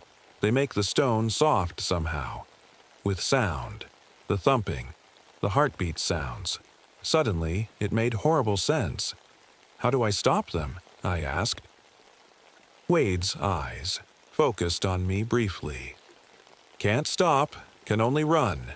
Don't let them touch you. Don't let them... His voice cut off as a tremor ran through the cavern. Dust and small stones showered down from above, and then I heard it. The familiar thumping sound, but much louder here, deep inside the mountain. It still matched my racing heartbeat. Go, Wade managed to say, his voice fading. They're coming. I backed away, sweeping my flashlight around the cavern. Something moved at the edge of the light. Something tall and thin, with limbs too long to be human. Its skin looked like stone, the same color and texture as the cavern walls, making it nearly invisible until it moved. A hollow one. It tilted its head, studying me with eyes like empty black pits in its rocky face.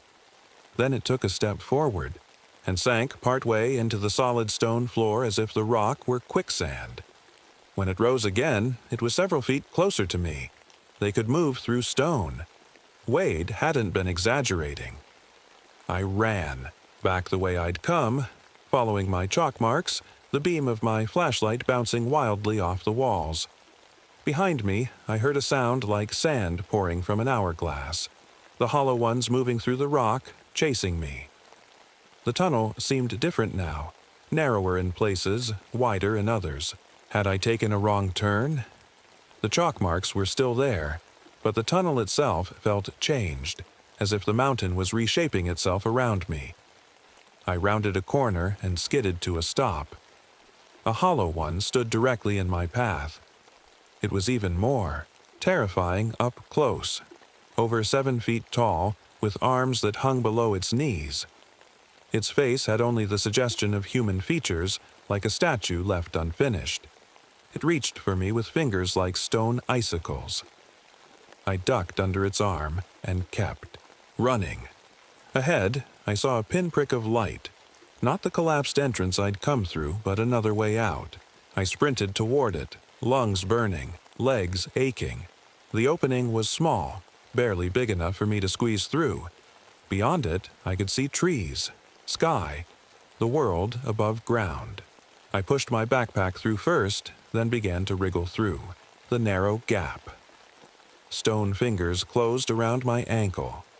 Cold seeped through my jeans, a spreading numbness where the creature touched me. I kicked wildly with my free leg and the grip loosened just enough for me to pull free and tumble out onto the forest floor. I was out, but I wasn't safe. Looking back at the small cave opening, I saw faces pressing against it. Stone faces with hollow eyes watching me. They didn't try to follow. Perhaps the opening was too small, or perhaps they were waiting for something. The sun was setting. I'd been in the mountain all day. My ankle where the hollow one had grabbed me felt strange. Heavier, stiffer.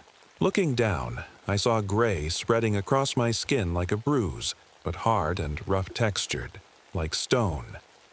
I limped back to the tower as fast as I could, constantly looking over my shoulder. By the time I reached it, stars were appearing in the darkening sky. From the tower's observation deck, I trained my camera with its telephoto lens on the cliffs around me. What I saw made my blood run cold. Dozens of the hollow ones were emerging from the rock faces throughout the valley, pulling themselves out of solid stone as easily as a swimmer breaks the surface of a pond. And they were all headed in one direction. Toward my tower. I was under siege by creatures that could move through stone, and I was already turning into one of them. I barricaded the tower door with everything I could move. The small refrigerator, the desk, chairs. Deep down, I knew it wouldn't stop creatures that could move through stone, but it made me feel like I was doing something, at least. My ankle had gotten worse. The gray, stone-like patch had spread halfway up my calf, making my leg heavy and stiff. When I touched it, I felt nothing. No pain, no pressure, just numbness. I was turning to stone, just like Wade. I needed to understand what was happening, to me, and how to stop it. I pored through the old documents I'd found, looking for anything about the miners who disappeared. In a crumbling journal from 1890, I found what I was looking for. A mining company had discovered a strange mineral deep in the mountain, something that glowed blue in the dark and felt warm to the touch. The miners called it living stone. Soon after they started extracting it, workers began to change. Journal ended with a single desperate line. "It's not the mineral that transforms us. It's the mountain itself. It's alive." I looked out the window at the dark mountainside. Could an entire mountain be a living thing?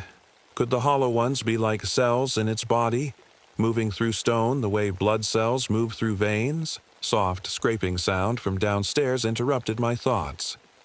They were here. The thumping heartbeat sound now filled the tower, perfectly matching my racing pulse. I could hear movement on the stairs, the slow drag of stone limbs. I grabbed Wade's rifle, though I doubted bullets would do much against creatures made of living rock. From outside came a new sound, the whipping of helicopter blades. My satellite phone call had gotten through. Someone was coming to rescue me. I ran to the window and saw the helicopter's searchlight sweeping the mountainside. I grabbed my emergency flare gun and fired a bright red signal into the night sky. The helicopter turned toward me, its light finding the tower. But then something terrible happened. As the helicopter approached, the entire mountainside seemed to shift. It wasn't an earthquake. It was more controlled, more deliberate. The hollow ones were manipulating the bedrock, changing the mountain's very shape. A massive stone spire suddenly jutted upward, directly in the helicopter's path. The pilot tried to swerve, but too late. The helicopter clipped the stone formation and spiraled down, crashing into the forest below. I watched in horror as hollow ones emerged from the ground around the crash site. The two crew members who had survived were surrounded, reached for, by stone hands. I couldn't bear to watch what happened next. My last hope of rescue was gone, and my transformation was accelerating. My entire left arm had turned to stone now, frozen in place. I could no longer bend my elbow or move my fingers. I needed to get off the mountain, away from the stone's influence. Wade had said the hollow ones were once miners who had been changed. If I could get far enough away, maybe my transformation would stop, or even reverse. In the storage closet of the tower, I found a stack of large plastic water barrels used to collect rainwater. An idea formed in my mind. The mountain river. It flowed down into the valley, eventually reaching a small town miles away. If I could use the barrels as a raft, the hollow ones were in the tower now. I could hear them moving through the walls, floor, and ceiling. Stone fingers reached through the wooden floorboards, grasping at my feet. Working frantically with my one good arm, I lashed two barrels together with rope, creating a makeshift flotation device. I grabbed my backpack, stuffed it with whatever food I could find, and secured it to the barrels. The door to the observation deck burst open. 3 hollow ones stood there, their stone bodies reflecting the moonlight. They moved toward me with unhurried confidence. They knew I had nowhere to run, but they were wrong. I climbed onto the railing of the tower's deck, my makeshift raft clutched awkwardly under my good arm. The mountain river rushed below, visible as a silver ribbon in the moonlight. It was a 30-foot drop. If I missed, I'd die on the rocks. If I stayed, I'd become one of them. I jumped. The fall seemed to last forever. Then came the shock of cold, water, the violent tug of the current. My raft of barrels kept me afloat as the river carried me away from the tower, away from Hollow Mountain. But the hollow ones weren't giving up so easily. As I was swept downstream, I saw them emerging from the riverbanks, reaching for me with their long stone arms. Worse, the river itself began to change course, new stone formations rising to redirect the flow, trying to push me back toward the mountain. I used a broken branch as a paddle, fighting to stay in the main current. My stone leg and arm made it nearly impossible to balance on the makeshift raft, but desperation gave me strength. The river rounded a bend, and suddenly ahead I saw it. The dam. a massive concrete wall built decades ago for a hydroelectric plant. Beyond it lay civilization, safety, distance from the mountain's influence. But I was headed straight for the dam's overflow spillway, a concrete slide that would dash me and my barrel raft to pieces on the rocks below. With my last ounce of strength, I paddled toward the shore, fighting both the current and the hollow ones that continued to pursue me from the riverbanks. My raft hit the shallows just upstream from the dam. I abandoned it and splashed toward the shore, half swimming, half dragging my stone leg through the water. Stone hands reached for me from the river bottom, but I kept moving. The dam's service road was just ahead, and on it the headlights of a maintenance truck. I collapsed on the gravel as the truck screeched to a halt. The workers who found me thought I'd been in some kind of accident, that the gray, stone-like material covering half my body was mud or ash. They rushed me to a hospital in the nearest town. By the time doctors realized something was seriously wrong with my leg and arm, the transformation had stopped. Whatever power the mountain had over me seemed to weaken with distance.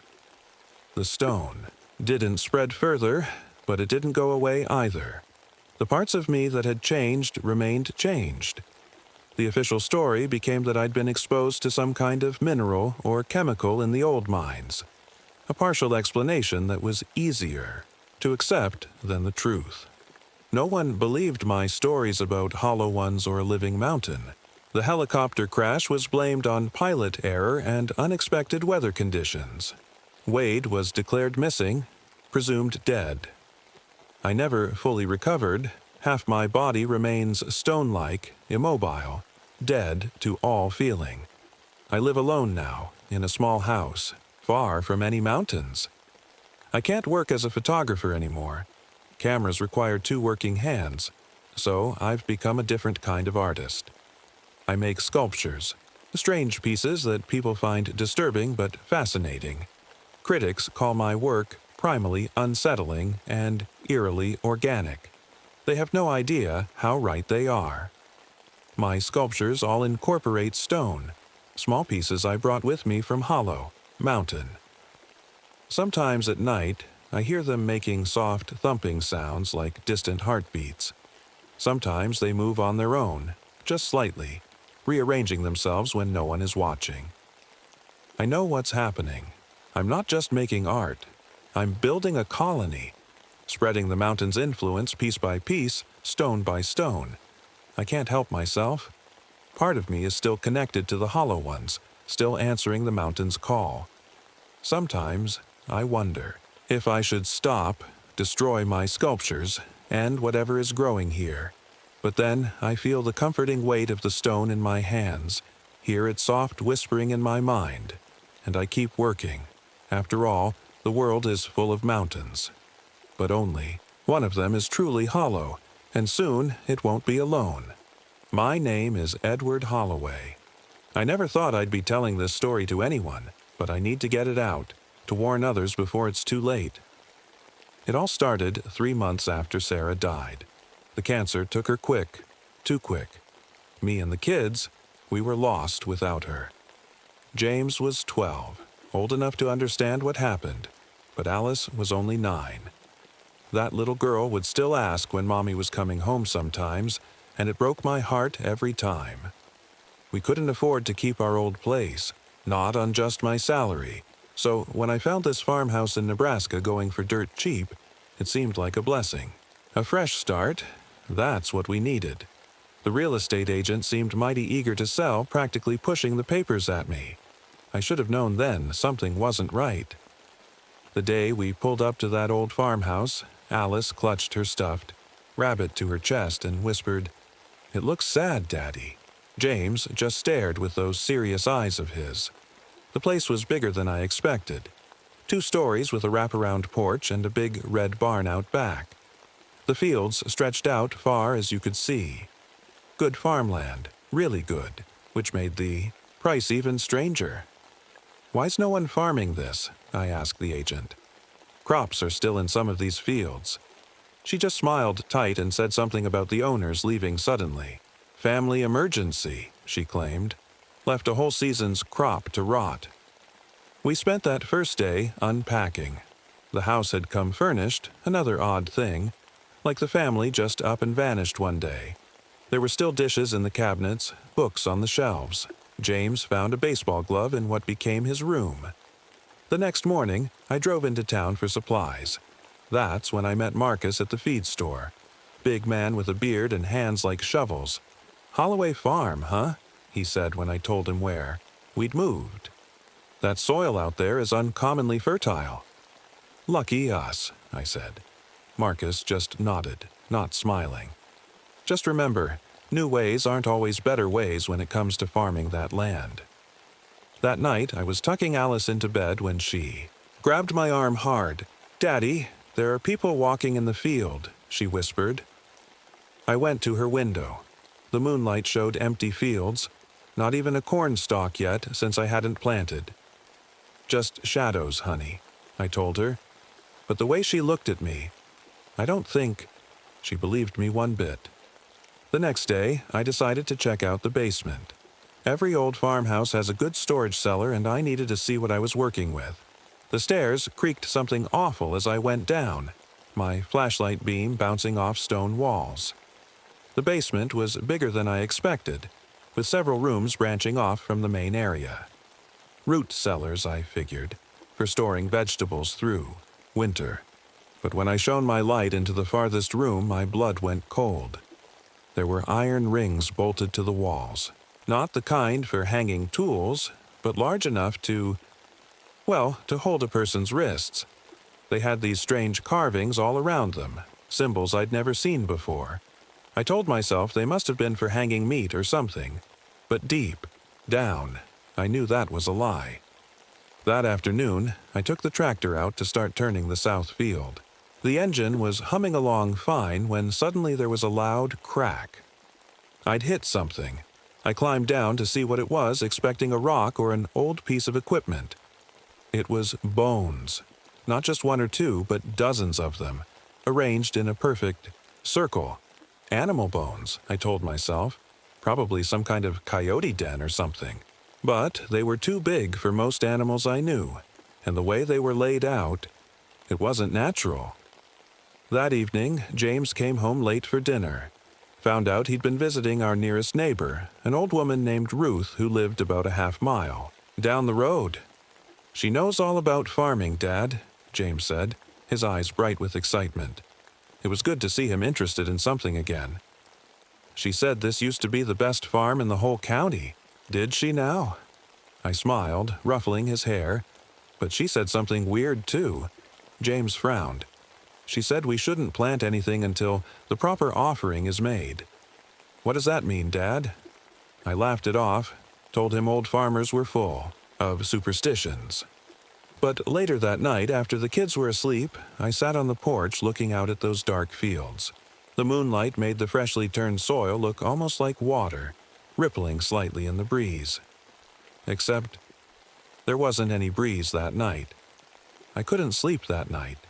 Something about this place just didn't feel right. After tossing and turning for hours, I got up and decided to check out the attic. Every old house has secrets, and I figured that's where they'd be. The pull-down ladder creaked as I climbed up. The attic was stuffy and smelled like old paper and dust. My flashlight beam cut through the darkness, landing on stacks of boxes and old furniture. In the corner was a wooden trunk with a heavy padlock. Funny thing about old padlocks, they don't hold up well after decades. One good yank and it broke right off. Inside the trunk were farming journals, dozens of them dating back to the 1880s. I picked up the most recent one and started reading. Year 1949. Best yield yet. Corn grew twice as high as Anderson's farm. The sacrifice was bigger this year. Had to be done. I flipped through more pages, my hands starting to shake. The land gives when the land receives. That's the bargain. Martha doesn't understand why it has to be done. She'll learn. The soil needs young blood. Always has. I closed the journal, feeling sick. These were just the crazy writings of some old farmer, I told myself. Nothing more. The next morning at breakfast, Alice wouldn't eat. "What's wrong, sweetie?" I asked. "The corn is watching us," she said, staring out the kitchen window. But we hadn't planted any corn yet. After dropping the kids at their new school, I drove to the county records office. A bored-looking woman helped me find the files on my property. "The Holloway farm?" she said, eyebrows going up. "You're the new owner." "That's right," I said. "Well, you're sitting on a gold mine. That farm has had the highest crop yield in the state for 80 years straight. Some kind of miracle soil out there." She slid a folder across to me. "Here's all we got." The records showed the same family had owned the farm for generations, until suddenly selling it 2 years ago. The production numbers were unbelievable. 3 times the yield of neighboring farms. It didn't make sense. No fertilizer or farming method could do that. When I got home, I found James in the barn, looking at something behind some old shelves. "Dad, come see this," he called. He'd found a stone slab about waist-high with deep grooves carved into it. The grooves all led to a bowl-shaped dip in the center. "What is it?" James asked. "Probably just an old grinding stone," I lied, but I knew it wasn't. It looked more like an altar. That night, I went to check on the kids before bed and found James looking through a photo album he'd found. "Look at these pictures, Dad," he said. They were family photos of the previous owners going back decades. Each photo showed the same farmhouse in the background with the family standing in front. But something was wrong. In the oldest photos, there were large families, parents with 5 or 6 children.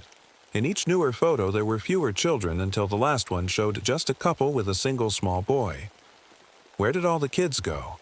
James asked. I didn't have an answer. The next day, I planted our first seeds, just a small section to start. The weather report said we'd have to wait at least 2 weeks for the right conditions for sprouting. 3 days later, green shoots were already pushing through the soil. By the end of the week, the corn was knee-high, which was impossible, and something was wrong with it.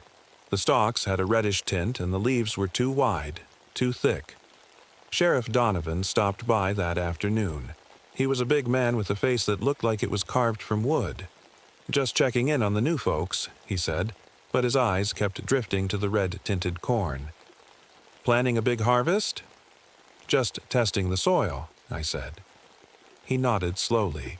"Word of advice, Mr. Holloway. Keep your children close when harvest season comes.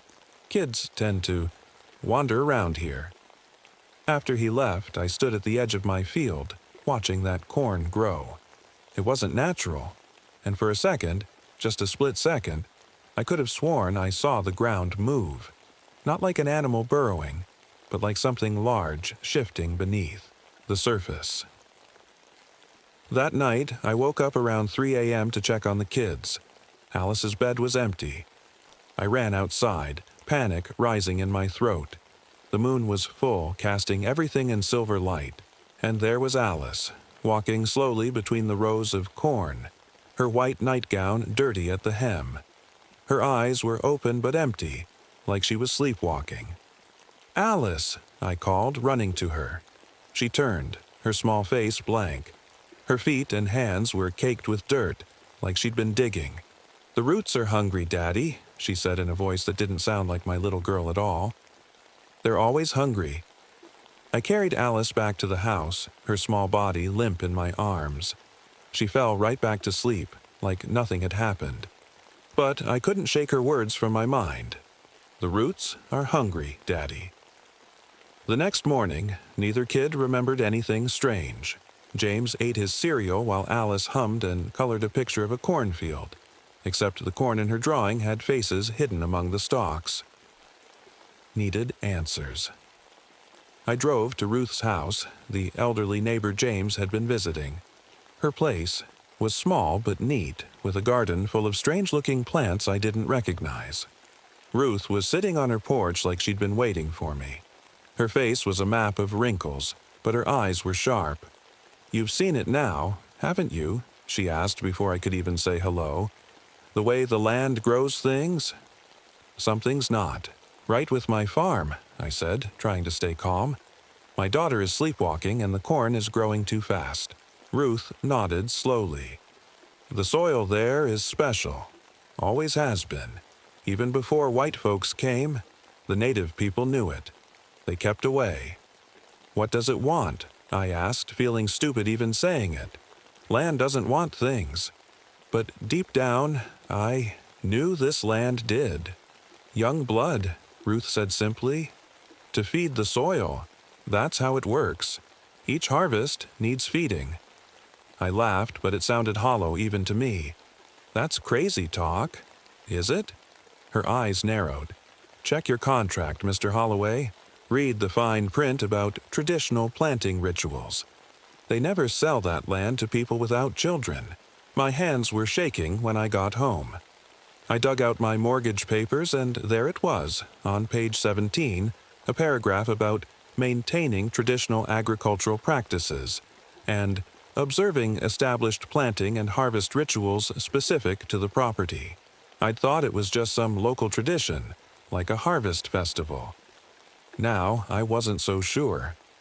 That afternoon, I found something at the edge of my property, a dead rabbit with its throat cut. It was laid out carefully on a flat rock. The next day, there was another one, and another the day after that. Someone was leaving them there. Offerings. Alice was changing.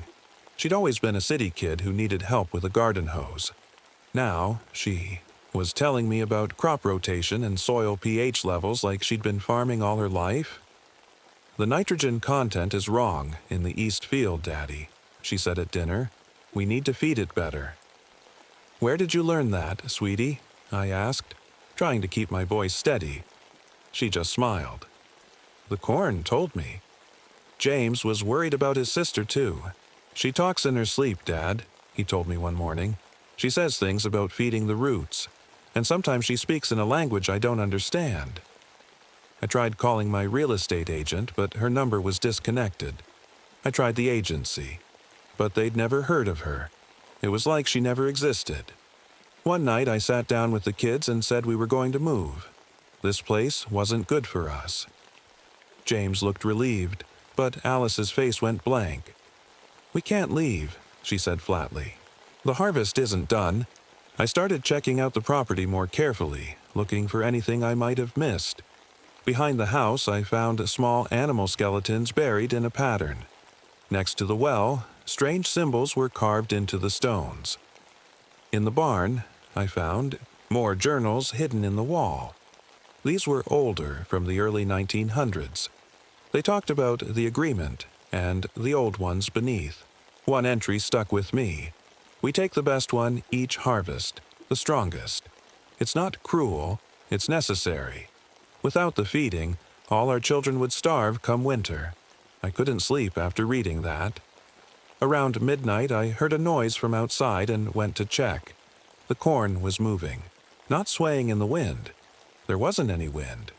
The stalks were bending and straightening, like they were breathing, and now I could see what had bothered me about them from the start.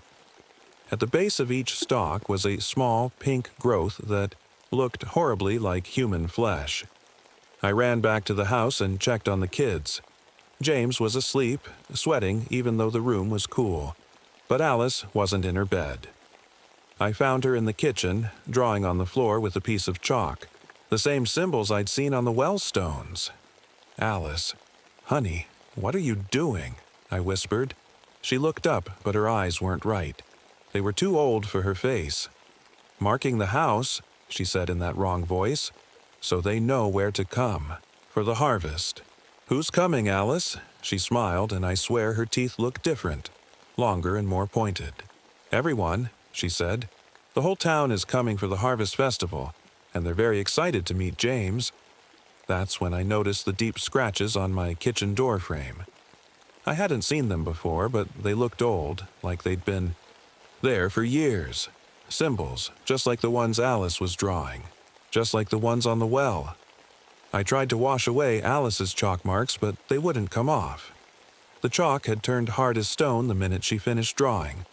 The next morning, I went out to check the corn again. What I saw made my heart stop. Every seventh row had changed overnight. The corn in those rows had kernels that looked like teeth, actual teeth, yellowed and sharp, grinning out from the cobs. I didn't know what was happening, but I knew one thing for sure. We were in terrible danger, and somehow the whole town was in on it. The next morning, James wouldn't get out of bed. His forehead burned with fever, and when I pulled back his covers to check on him, my blood turned cold. There were marks on his arms. Thin, raised lines under his skin that looked like roots. Tiny roots spreading just beneath the surface, branching out across his pale skin like a road map. "It itches, Dad," he whispered. His eyes were glassy. "It itches from the inside," I called. "The doctor in town, Dr. Peterson." He arrived quickly, but the minute he saw James, something changed in his face. "Just a rash," he said, not even examining my son properly. "Give him lots of fluids." He wrote a prescription and left in a hurry, not meeting my eyes. When I took the prescription to the pharmacy, the lady behind the counter just shook her head. "We don't carry this," she said, sliding the paper back to me. "Try the next town over." But when I drove to the next town, 20 miles away, something weird happened. The roads somehow looped me back to my farm. I tried 3 different routes, but they all brought me right back home. It was like the farm wouldn't let us leave. Meanwhile, Alice had started collecting bugs, worms, and small animals. I caught her burying them in the fields in a star pattern. When I asked her why, she just stared at me with those wrong eyes. "The soil is getting ready," she said. "It needs small tastes before the big meal." That night, I sat by James's bed, watching him sleep. The root-like patterns had spread to his neck now. Sometimes he would mutter in his sleep, words that didn't make sense. Old words that didn't sound like English. I must have dozed off because I woke suddenly to find James's bed empty. Panic shot through me as I ran through the house calling his name. I found him in the basement, standing in front of the wall with the iron restraints. "They're singing," he said, his hand pressed against the stone wall. "Can you hear them singing, Dad?" I grabbed him and carried him back upstairs, but he felt wrong in my arms, lighter somehow, like he was hollow inside. The next day, I decided enough was enough. I took my chainsaw to the cornfield and started cutting down the stalks. The plants made an awful noise as I cut them. Not the normal rustle of plants, but a high, thin sound almost like screaming. I managed to clear about an acre before I collapsed from exhaustion. The red juice from the corn stalks had splashed all over me, and it burned my skin like acid. I scrubbed myself raw in the shower, trying to get it off. The next morning, I looked out the window and froze. The field I had cleared was fully regrown. Not just regrown. The corn there was taller and thicker than before, with those flesh-like nodules pulsing at the base of each stalk. I tried calling the real estate office again, demanding to know who had really sold me this farm. The secretary got quiet when I told her my address. "Nobody sells that farm," she whispered. "It sells itself when it's hungry." She hung up. I tried calling the police, but Sheriff Donovan just said he'd check into it and never showed up. James was getting worse. He couldn't eat anymore. When he tried, the food just sat in his mouth like he couldn't swallow. His skin was turning the same color as the corn stalks, that sickly reddish tint. I found Alice talking to him one night, sitting on the edge of his bed. "It won't hurt much," she was saying. "You'll be part of everything. You'll help us all grow." I decided then we had to leave, no matter what. I packed bags for all of us and loaded the car while James slept and Alice was in the garden. When I went to get James, I found him half sunk into his mattress, literally sinking into it. The bed underneath him had sprouted thin, pale roots that were wrapping around his legs and torso, pulling him down. I grabbed him and yanked him free. The roots made a wet, tearing sound as they broke. "Dad!" "No," he cried weakly. "I have to stay. I'm part of it now." But I wouldn't listen. I carried him to the car and went to find Alice. She was in the field, her arms raised toward the corn like she was praising it. When she saw me coming, she started to run. "Alice!" I shouted, chasing after her. "We have to go." I caught her at the edge of the field. She fought me, scratching and biting like a wild animal. Her strength was impossible for a 9-year-old girl. "You can't take us," she screamed. "The harvest is coming. The soil needs to feed." I managed to get her to the car where James lay in the back seat, barely conscious. I locked the doors and started the engine. That's when I saw them coming up the driveway. Trucks and cars, dozens of them. The whole town was arriving, led by Marcus from the feed store and Sheriff Donovan. They formed a line across the driveway, blocking our escape. I hit the gas anyway, ready to force my way through. But the engine died suddenly. When I popped the hood, I found the engine block filled with those same pale roots that had been growing under James's skin. They had completely choked the engine. We were trapped. Marcus knocked on my window, his face solemn. "You can make this easy or hard, Edward," he said. "But the harvest will happen either way. It always does." Alice was smiling in the back seat now, that wrong smile that wasn't my daughter's. And James was beginning to sink into the car seat itself, the material rippling around him like quicksand. That's when I realized the truth. It wasn't just the fields or the house. Everything on this property was connected to whatever lived in the soil, and it was hungry. The townspeople surrounded my car. Their faces weren't angry. They were calm, almost sad, like people who had to do an unpleasant job. "Come on out, Mr. Holloway," Sheriff Donovan said. "Let's talk about this like adults." I looked back at James, who was now half merged with the car seat, his eyes fluttering. Alice was watching the townspeople with an eager smile. Slowly, I opened the car door. "What do you want?" I asked, though I already knew. Marcus stepped forward. "We don't want anything. The soil wants what the soil has always wanted. 1 child per harvest. That's the deal." The deal. I couldn't believe what I was hearing. An older man I recognized from the hardware store nodded. "Our grandparents made the deal. 1 child from the keeper of this farm, and all our farms prosper. The sacrifice feeds the whole county through the roots." "You're insane," I whispered. "All of you." Sheriff Donovan shook his head.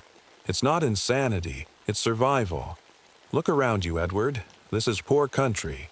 Rocky soil, bad weather. We should be starving. Instead, we have the highest crop yields in the state. Because you murder children." "We don't murder anyone," Marcus said calmly. "The soil takes them, makes them part of itself, part of everything. Your boy is already halfway there." I looked back at the car. James was barely visible now, just a face looking out from the seat that was swallowing him. "And if I refuse?" I asked. Ruth stepped out from the crowd, leaning on her cane. "Then the soil takes everything. Everyone. It's happened before, when folks tried to break the deal. I didn't know what to do. These people truly believed what they were saying. And worse, part of me was starting to believe it too. I'd seen impossible things these past weeks. You've eaten the food, haven't you?" Ruth asked quietly. "All of you. The vegetables from the garden. The corn?" I nodded slowly, remembering the sweet corn we'd had just days after moving in. Food left in the pantry, vegetables growing in the garden. "Then you're already bound to this land," she said. "Part of it is in you now, working its way through. You can feel it, can't you?" And I could. A faint itching under my skin. A pulling sensation, like roots seeking water. "I need to think," I said. Surprisingly, they let me. They backed away, forming a circle around our house and the nearest fields. Watching. Waiting. I carried James inside. He was so light now, almost transparent in places. He smiled weakly at me. "It's okay, Dad," he whispered. "I don't mind. I can hear everything now. All the voices in the soil. They're not bad, just hungry." Alice skipped ahead of us into the house, humming a tune I didn't recognize. I laid James on his bed, where he immediately began to sink into the mattress again. I didn't stop it this time. What was the point? "This isn't right," I said, more to myself than to him. "It's just how things are here," James said, his voice fading. "Someone has to feed the soil." I went downstairs in a daze. Alice was in the kitchen, arranging small animal bones in a circle on the table. "The festival will start at sundown," she said without looking up. "They'll come for James then." "Alice, snap out of it," I grabbed her shoulders. "This isn't you." For just a second, her eyes cleared, and I saw my little girl looking back at me, frightened. Then whatever had hold of her took over again, and she hissed, pulling away. I had to find a way out of this. I ran to my office and started searching through all the papers I could find, looking for some clue, some loophole. Nothing. As the sun began to set, I heard vehicles pulling up outside. The townspeople were gathering, wearing strange clothes that looked old-fashioned, like from 100 years ago. Some carried torches, others had bowls and knives. Then I remembered something. The root cellar. The deepest part of the basement where I'd found those iron restraints. Something important was down there. I could feel it now, like a tug in my mind. I ran down the stairs, flashlight in hand. The basement felt alive now, the walls pulsing slightly with each step I took. In the farthest room, behind the restraints, I began digging at the wall with a shovel I'd brought from upstairs. The wall gave way easily, crumbling like wet cardboard. Behind it was a tunnel, dug into the earth. And beyond that, I gasped. A massive chamber, the size of a cathedral, stretched out beneath my farm, and it was filled with roots, enormous pale roots as thick as tree trunks, pulsing with a sickly light. They all connected to a central mass that looked horribly like a giant heart beating slowly. But what made me scream was what I saw embedded in the roots. Faces. Human faces. Dozens of them, most looking like children. Their eyes were closed, but their expressions were peaceful, like they were sleeping. Some of the faces I recognized, from those old photographs James had found. This was where they all went. Not dead, but not alive either. Part of the root system that fed the entire county. I stumbled backward, dropping my flashlight. As it rolled on the ground, its beam illuminated a figure standing behind me. Alice. "They're all coming inside now. Daddy," she said, "for the harvest festival." I ran back upstairs to find the house filled with townspeople, all in their strange old clothing. They were lighting candles and setting up some kind of altar in my living room. James was there. Now, just a face and upper body protruding from the floor itself. The wood of the floorboards had grown around him, cradling him like a mother holding a child.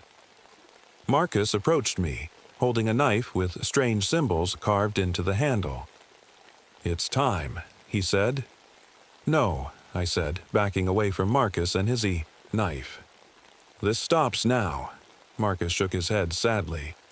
"It's already done, Edward. Your boy is already part of the soil. Fighting now just makes it harder." I looked at James, who was now just a face in my living room floor. His eyes were closed, peaceful. Maybe they were right. Maybe it didn't hurt. But then I thought of Sarah, my wife. What would she say if she could see me now, giving up on our son? "I won't let you do this," I said, my voice stronger. The townspeople looked at each other nervously. This wasn't how it was supposed to go. "Dad, please," Alice said, but her voice had changed again, deeper, older. "Just let it happen." That's when I made my decision. I ran for the basement door, shoving past Sheriff Donovan. I heard them coming, after me as I raced down the stairs. I had a plan now. If everything here was connected to that massive root heart I'd seen, then maybe I could hurt it. Kill it even. I grabbed a can of gasoline I kept for the lawnmower and ran to the tunnel I'd uncovered. The townspeople were close behind, shouting. "Stop him," Marcus yelled. "He'll kill us all." I splashed the gasoline around the chamber with the giant heart root. Covering as much as I could, the faces embedded in the roots seemed to know what was happening. Their expressions changed from peaceful to afraid. "Sorry," I whispered to them, "but this has to end." I struck a match just as Marcus and Sheriff Donovan reached the chamber entrance. "Don't," Sheriff Donovan begged. "You don't understand. The soil entity keeps us all alive. Without it, the whole county dies." I hesitated, match burning down toward my fingers. "We made a deal with it hundreds of years ago," Marcus explained quickly. "When the settlers first came here, the land was dead.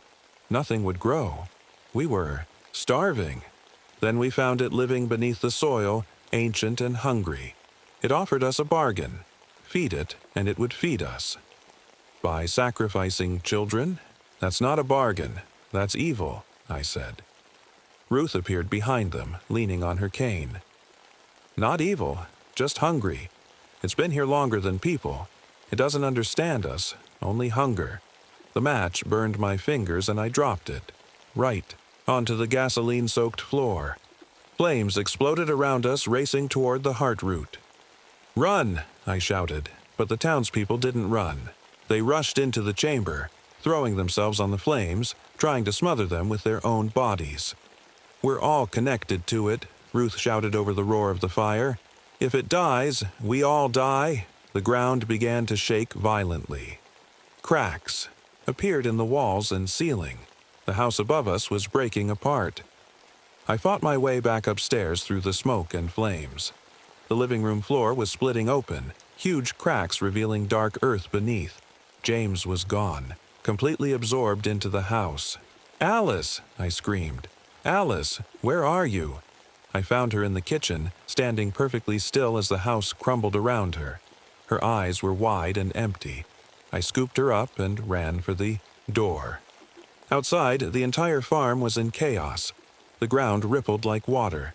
The cornfields were thrashing wildly, stalks snapping and whipping through the air. I threw Alice into the car.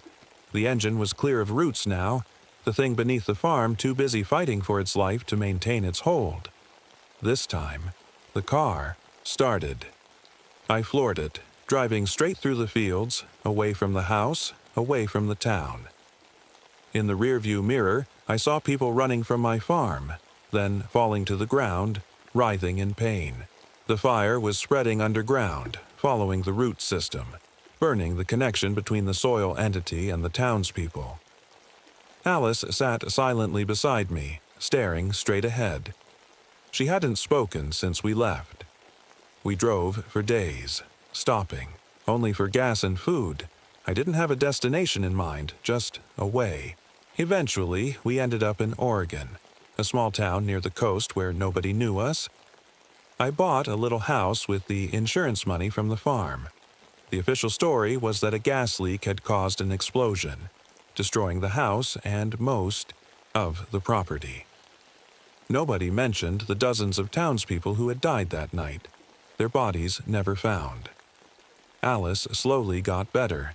Day by day, she became more like her old self. She started talking again, playing with other kids. Sometimes she'd still wake up at night screaming about roots and hungry soil, but those nightmares got less frequent. I never talked about James. It hurt too much. Sometimes I'd catch Alice staring at his photo, tears in her eyes. I think she remembered what happened, but we had an unspoken agreement not to bring it up. We were healing, starting over. I planted a small garden behind our new house. Just some vegetables for us. Tomatoes, carrots, lettuce. Nothing unusual until they started. Growing faster than they should. Much faster. I told myself it was just good soil or the Oregon rain. Not something else. Not something that had followed us. Then, one night, about 6 months after we moved, I woke up to find Alice's bed empty. I ran outside in my pajamas, panic gripping my chest. The moon was full, lighting up the yard with silver, and there was Alice. kneeling in our small garden, burying something. Something small that made weak, whimpering sounds. She looked up at me, her face blank in the moonlight. "The roots found us, Daddy," she whispered. "They're always hungry." I ran to her, pulled her away from whatever she was burying. It was a neighbor's cat, still alive but weak, its fur matted with blood. I grabbed Alice, carried her back to the house, locked all the doors. But I knew it wouldn't help. That night, I went back to the garden with a shovel, determined to dig up everything, to see what was growing beneath our new home.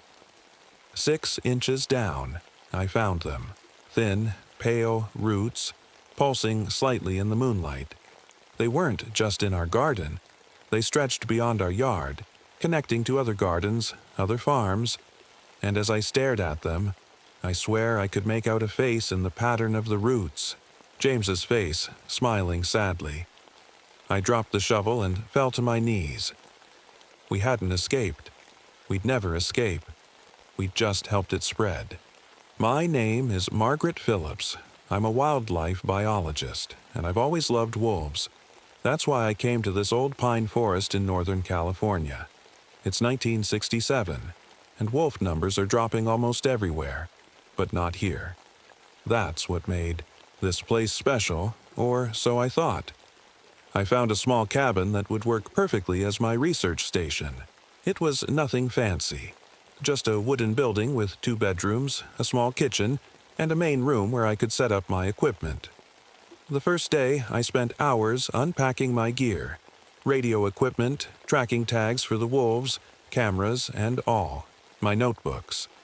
Through the windows, I could see nothing but trees stretching in every direction. The silence here was different from city silence. It felt heavier somehow. Perfect, I said to myself as I pinned a large map to the wall. No distractions, just me and the wolves. I'd chosen this spot because it was so far from everything. The nearest town was almost 50 miles away. That's exactly what I wanted, just me and nature. The forest looked ancient, with some pine trees so huge it would take 3 people holding hands to circle them. My first visitor came 3 days after I arrived. I heard the rumble of an old truck before I saw it. A forest ranger named Davis pulled up with my monthly supplies, canned food, fresh water jugs, batteries, and fuel for the generator. "You settling in all right, Dr. Phillips?" he asked while helping me unload. Davis was tall and weathered, probably in his 50s, with a gray beard and eyes that had seen a lot. "Yes, though it's certainly quiet out here," I said, grabbing a box of supplies. Davis nodded. "That's why most folks don't last. The quiet gets to them." He paused while stacking water jugs by my door. "Listen, I should tell you something about this place." I looked up from my checklist. "What's that?" "The old growth section, about 2 miles north of here." He pointed through the trees. "Best not to go there after dark." I laughed a little. "I've spent plenty of nights in forests, Ranger Davis. I'm not afraid of the dark." He didn't smile back. "It's not about being afraid, Dr. Phillips. It's about being smart. These woods, they're different at night, especially the old section where the biggest pines are." I wanted to ask more, but he changed the subject, asking about my research plans. As he was leaving, he handed me a radio. "I'm on Channel 3, if you need anything. I make my rounds every few days. If you get into trouble, use this." I watched his truck disappear down the narrow dirt road, thinking about his warning. At the time, I chalked it up to local superstition. I'd heard similar things at every remote location I'd worked. That night, I sat on my porch listening to the wolves howl in the distance. Their cries echoed through the trees, beautiful and haunting. I couldn't wait to begin my work the next day. I didn't know then that those wolves weren't really wolves at all. And I certainly didn't know that the trees around me were listening to every word I said. My first week in the forest was quiet. I spent most days setting up my equipment and walking the paths near my cabin. But on the 8th day, I found something strange.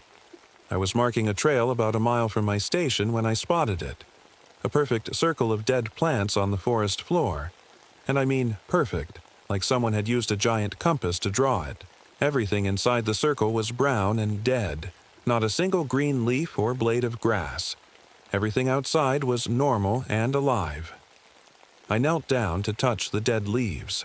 They crumbled between my fingers like they'd been dead for years, not days. What was stranger?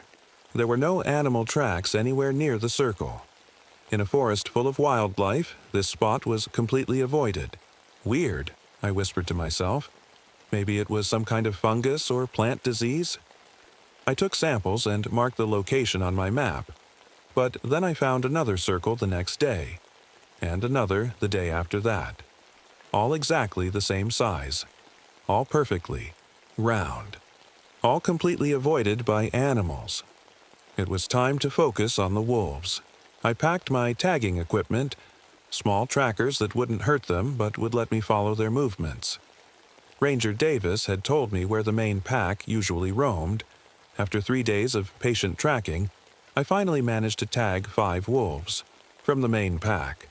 I named them Alpha, Shadow, Limper, who had a slight limp in his back leg, Scar, and Runt. I followed their signals back to my cabin and set up my tracking equipment. Over the next 2 weeks, I noticed something odd about their movements. The wolves seemed to follow the same paths every time, like invisible roads through the forest. And there were areas they never entered, even when prey animals ran right into those spots. It was as if the forest had invisible walls only the wolves could see. One day, while following their trails, I stumbled across an old trapper's cabin I hadn't noticed before. It was small and falling apart, probably abandoned decades ago. But what caught my eye was the door. It was nailed shut from the inside. So were all the windows. How did the person who did this get out? Even stranger were the carvings. The door and window frames were covered with symbols carved deep into the wood. Circles with lines through them, strange stick figures and patterns that reminded me of tree branches. I took photos and made notes. On my way back, I found 2 more abandoned cabins, both sealed the same way with the same carvings. My research assistant, Cooper, was scheduled to arrive the following week. I was glad I wouldn't be alone much longer. The forest felt different now, like it was watching me. I'd catch myself looking over my shoulder while walking the trails, sure someone was following me, but there was never anyone there, just trees. Cooper arrived on schedule, driving an old Jeep loaded with additional equipment. He was younger than me, fresh out of graduate school and eager to study wolf behavior. "This place is amazing," he said, on his first night as we sat on the porch drinking coffee. "Those trees must be hundreds of years old." "Some of them probably are," I agreed. "Tomorrow I'll show you the tracking system and the wolves' movement patterns. There's something strange about them." The next day, Cooper and I were setting up additional tracking equipment when he called me over. "Dr. Phillips, look at this." He was pointing at a pine tree. And that one, too. I didn't see it at first, then it jumped out at me. Each tree had a single, perfectly straight horizontal slash across its trunk. The cuts were at exactly the same height, about 5 feet from the ground. We checked other trees and found more slashes, all identical. "Could be lightning?" Cooper suggested, but he didn't sound convinced. "Lightning doesn't cut horizontally," I said, "and it doesn't hit every tree at the same height." That night, we reviewed the first batch of trail camera photos. Most showed normal forest scenes, but one made us both go quiet. It showed 7 wolves walking in a perfect line, equally spaced, like soldiers in formation. Wolves don't walk like that. Even stranger was the next photo, taken an hour later, showing the wolves placing something at the base of a large tree, what looked like a dead rabbit, arranged in an unnatural position. "Is this normal wolf behavior?" Cooper asked. I shook my head. "Not any I've ever seen or read about." Later that evening, while Cooper was organizing equipment, I found an old box of records in a storage cabinet. Inside were newspaper clippings and reports about logging operations in the area. According to the yellowed papers, a major logging operation had been abandoned in 1879 after multiple workers disappeared. The company report simply stated unsuitable conditions as the reason for stopping work. As I read by lamplight, the wolves began howling outside. Their cries seemed to surround the cabin completely. Cooper glanced at me from across the room. "Is it just me?" he asked quietly. "Or does it sound like they're trying to talk to something?" I didn't answer, because he was right. The howling didn't sound like normal wolf calls. It sounded like a conversation, and whatever they were talking to wasn't howling back. Cooper started having the nightmares during our 3rd week. I heard him the first time, crying out in his sleep, then waking with a gasp. The next morning, his eyes had dark circles underneath. "Want to talk about it?" I asked over breakfast. He stared into his coffee. "I dreamed I was walking through the forest at night. Something was following me, but every time I turned around, it would slip inside a tree, like it was hollow, and the thing was hiding in there, watching me through knotholes." I tried to keep my voice light. "Well, that's what happens when you read old logging reports before bed." But the dreams continued every night. Cooper began looking, tired all the time, jumping at small noises. One morning, he admitted, "It's always the same dream now. The thing in the trees says it wants to know what I know. It wants to learn." We tried to focus on our work. The wolves' tracking data showed they disappeared from our monitoring range every new moon, only to return a few days later. When they came back, their behavior was different, more erratic, less pack-oriented. Then they would gradually return to normal until the next new moon came.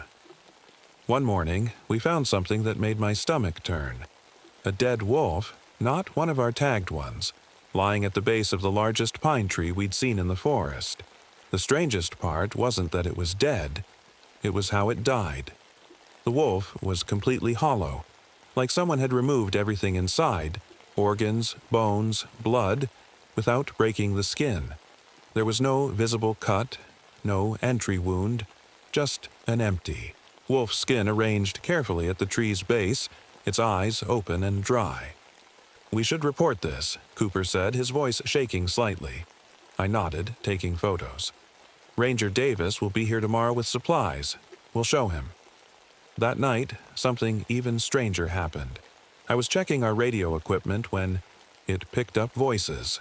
Not current transmissions, but fragments of conversations that sounded decades old.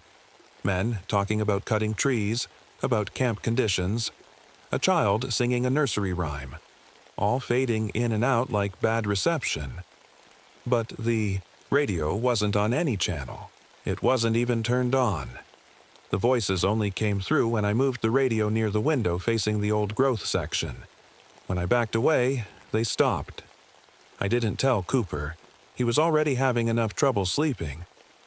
Ranger Davis arrived the next day. When we showed him the hollow wolf, his face went pale. "You need to pack up," he said quietly. "Both of you. This research station isn't safe." "What? We can't leave," I argued. "We've barely started collecting data." Davis shook his head. "There are other forests, Dr. Phillips, other wolves." Before he could explain more, we were interrupted by an unfamiliar voice. The ranger's scared because he knows the stories.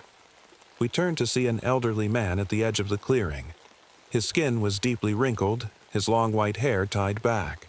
He introduced himself as Elijah and said he was from a local tribe. He asked to see where we found the wolf. As we walked to the big pine tree, Elijah explained, "This forest is very old, older than any of us know. And it's not just trees here. There are others. My people call them the Hollow Ones. They live inside the oldest trees." "Live inside? How?" Cooper asked, his voice unsteady. Elijah looked at him directly. "They're like empty spaces that think.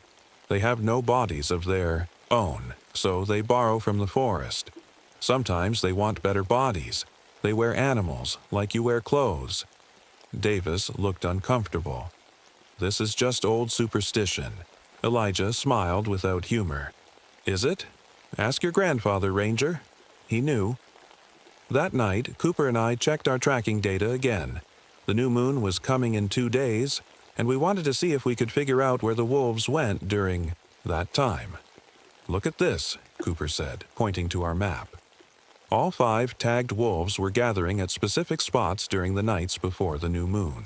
Always the same 6 locations, always the largest and oldest pine trees. I remembered what Elijah had said about the hollow ones living in the oldest trees. A chill ran down my spine. 2 days later, the new moon came. As predicted, all our tagged wolves vanished from the tracking system. Cooper suggested we go to one of the gathering spots to see what happened. We set out at dusk, bringing flashlights, cameras, and a small pistol I kept for emergencies. The forest felt different at night, the silence deeper, the shadows longer. We reached the largest pine just as true darkness fell. "Let's set up here," I whispered, though I wasn't sure why I was whispering. For 2 hours, nothing happened. Then, at exactly midnight, the wolves came. Not just our 5 tagged ones, but at least 20 more. They formed a perfect circle around the massive pine tree and began to howl. But this wasn't normal howling. It had rhythm, patterns. Some wolves would howl while others remained silent. Then they would switch in sequence. It sounded like language. Cooper gripped my arm. "They're talking to it," he whispered, "to the tree." As we watched, frozen in place, the bark on the giant pine seemed to ripple just slightly, like something inside was moving. That's when Cooper found the journal. Half buried in the soft earth near our hiding spot was a small leather-bound book. He pulled it out while the wolves continued their eerie howling. The moon was hidden by clouds, so Cooper used his flashlight, keeping it pointed down to avoid detection. The journal belonged to a logger named Thomas Reed, dated 1878. We read a few pages there in the dark, and each word made my blood run colder. "Things that step out of trees wearing stolen skins," Cooper read in a whisper. "We saw Harrison yesterday, but it wasn't him anymore. His eyes were wrong. He knew things about the trees that Harrison never could have known."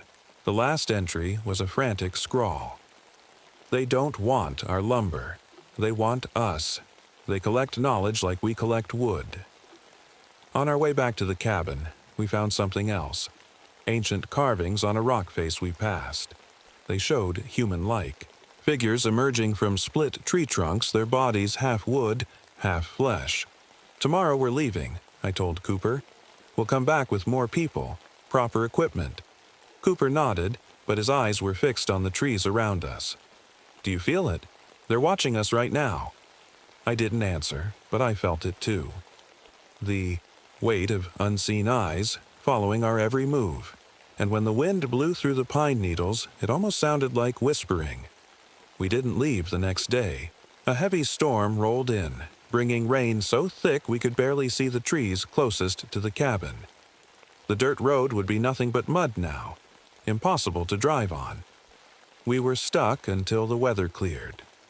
Cooper paced the cabin like a caged animal, checking the windows every few minutes.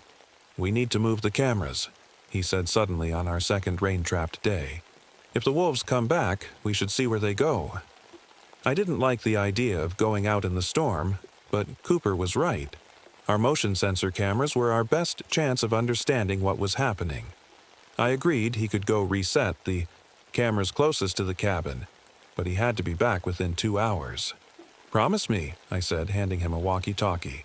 "2 hours, Cooper. If anything feels wrong, you come straight back." He nodded, put on his rain gear, and headed out into the downpour. I watched from the window until he disappeared into the gray curtain of rain. 2 hours passed, then 3. No Cooper. I tried the walkie-talkie. "Cooper, Cooper, come in." Nothing but static. By the 4th hour, the rain had lightened enough for me to go looking. I grabbed my own rain gear, a flashlight, and the pistol. The forest was getting dark as evening approached, the storm clouds blocking what little sunlight remained. I followed the trail to where our first camera was set up. The camera was there, moved to a new angle just as Cooper had planned, but no sign of him. Same with the second and third cameras. He'd been here, done his job, and moved on. The fourth camera was deeper in the forest, closer to the old growth section Ranger Davis had warned about. As I approached, I spotted something on the ground. Cooper's backpack, lying in a puddle of rainwater.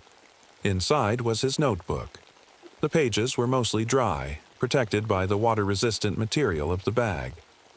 I flipped through his recent entries, my hands shaking. At first, his notes were normal, observations about wolf behavior, questions about their patterns. Then the tone changed. Something followed me today. Not an animal. It stayed just behind the trees, always out of clear sight. A few days later, the trees move at night, not with the wind. They move, change places. I've started marking them with chalk, and in the morning they're in different spots. The last entry was from that morning. They're not interested in Margaret, only me. I can hear them in my head now. They say they want to show me something in the old trees. Say they'll make the nightmares stop if I just come see. I clutched the notebook to my chest, fighting back panic. "Cooper!" I shouted. "Cooper!" Only. The echo of my voice answered, bouncing among the dripping trees. I kept searching until it was too dark to see, then made my way back to the cabin, hoping, praying, that Cooper had returned while I was out. But the cabin was empty, exactly as I'd left it. I didn't sleep that night.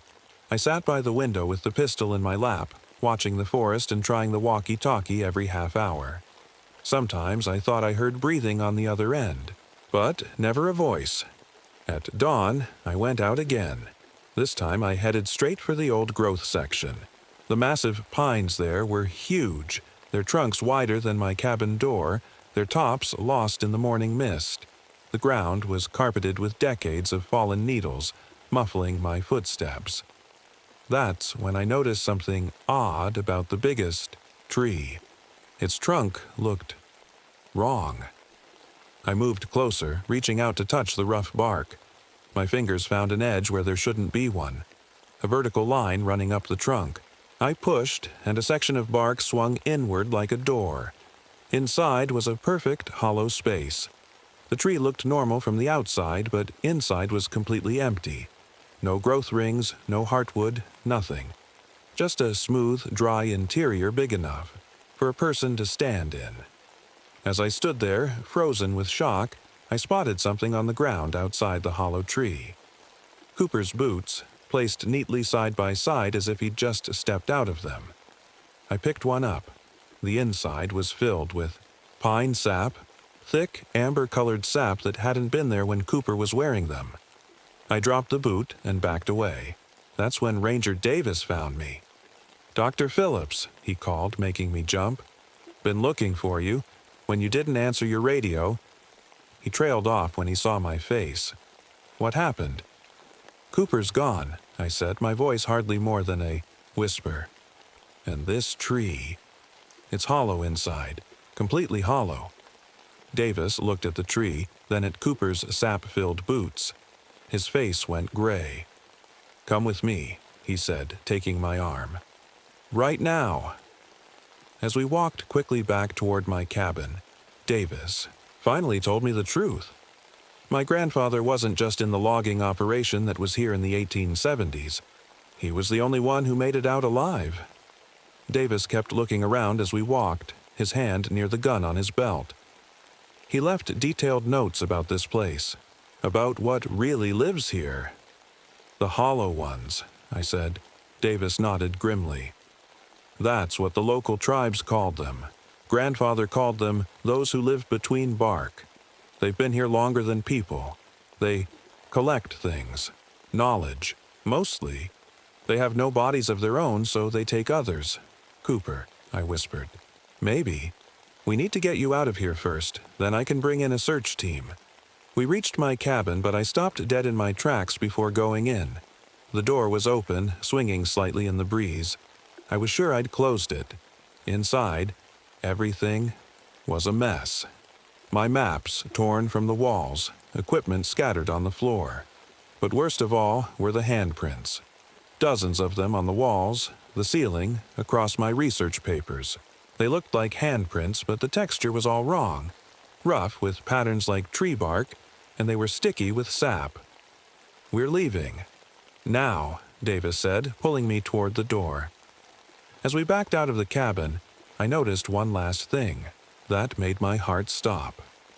On my desk calendar, circled in what looked like sap, was tonight's date. And next to it, written in handwriting that was almost, but not quite, Cooper's. "Coming for you tonight. Want what you know."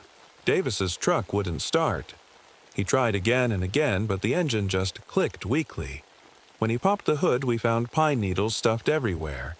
In the air filter, the engine, even packed around the battery. "This would take hours to clean out," Davis said, slamming the hood shut. "We need to use your Jeep." But my Jeep had the same problem. Pine needles everywhere, and the gas tank was filled with sap. We were trapped. "The research station 2 miles east," Davis suggested, grabbing supplies from his truck. "It has a radio powerful enough to call for help." As we prepared to leave, on foot, I grabbed the old box of historical records. Something was nagging at me, a pattern I couldn't quite see yet. The forest seemed different as we hiked. The spaces between trees looked wrong, too narrow in some places and too wide in others. I could have sworn some of the trees had moved since I'd last walked this path. "Keep up," Davis called from ahead. "It'll be dark in a few hours." At the eastern station, an old fire lookout tower that hadn't been used in years, we tried the radio. Nothing but static, no matter which frequency we tried. Davis cursed and kept trying while I spread out the old records on a dusty table. What I found made my blood run cold. "Davis," I said, my voice shaking, "look at this." The documents showed a pattern I hadn't noticed before. Every 60 years, like clockwork, the wildlife population in this region spiked dramatically. No explanation, no gradual increase, just sudden surges in animal numbers. 1797, 1857, 1917, and then the most recent one, 1977. "That's 10 years from now," Davis said. "No," I corrected him. "It's now. These records are from 1967, this year. Look at the dates." The documents also showed something else. The highest concentrations of wildlife were always around the oldest section of the pine forest. And every 60 years, people went missing. Not just a few, but dozens. Loggers, hikers, researchers, rangers. As the sun began to set, Elijah appeared at the tower's door. I wasn't even surprised anymore. "You're still here," he said. It wasn't a question. "The vehicles are sabotaged," Davis explained.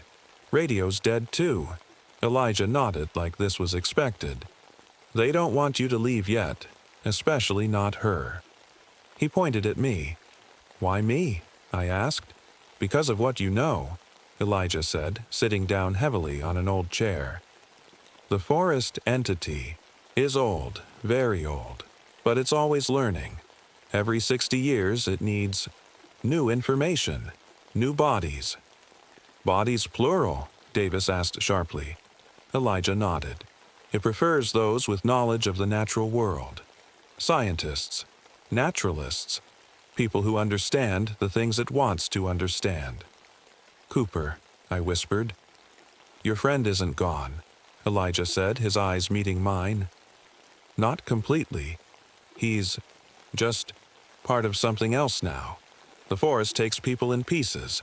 Their knowledge, their memories, their bodies." "That's insane," Davis snapped. But even as he spoke, I remembered something. The wolves. How they disappeared during the new moon and came back changed.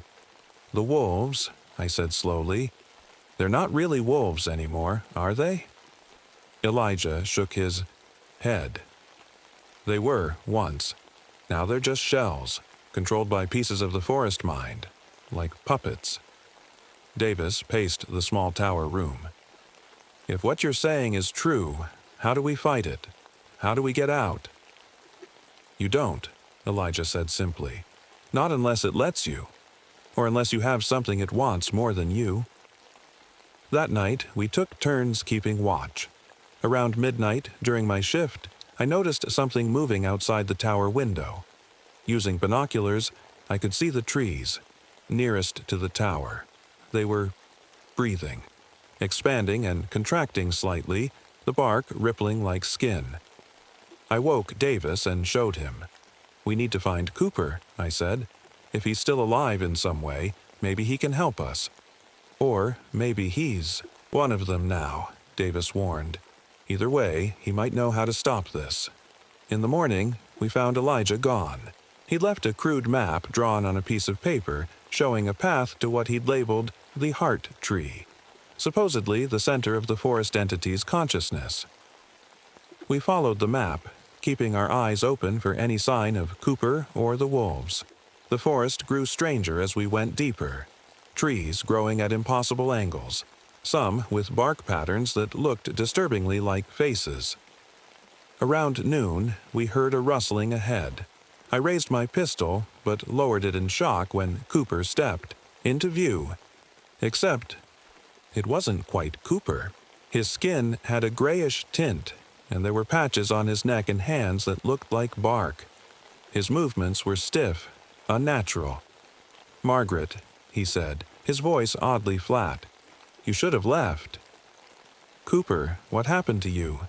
I asked, taking a step toward him. Davis grabbed my arm, holding me back. "That's not just your friend anymore." Cooper tilted his head at an unnatural angle. "I'm more now. I understand things I never could before. The forest has been here for thousands of years. It just wants to grow, to learn." "By taking people?" I asked. "By hollowing out animals and wearing them like costumes?" "You're thinking about it wrong," Cooper said. "It's not taking. It's incorporating, making things part of itself." As he spoke, I noticed something disturbing. Cooper was standing perfectly still, not just calm, but completely motionless. No chest movement from breathing, no blinking, no small shifts of weight that humans naturally make. "What do you want, Cooper?" Davis asked, his hand on his gun. "The forest sent me to tell Margaret something," Cooper replied, his eyes fixed on me. "It's been watching you, learning from you. All your research, all your knowledge about tracking, about animals, about ecosystems. It wants that. And if I don't give it what it wants," I asked. Cooper's face twisted into something that was almost a smile.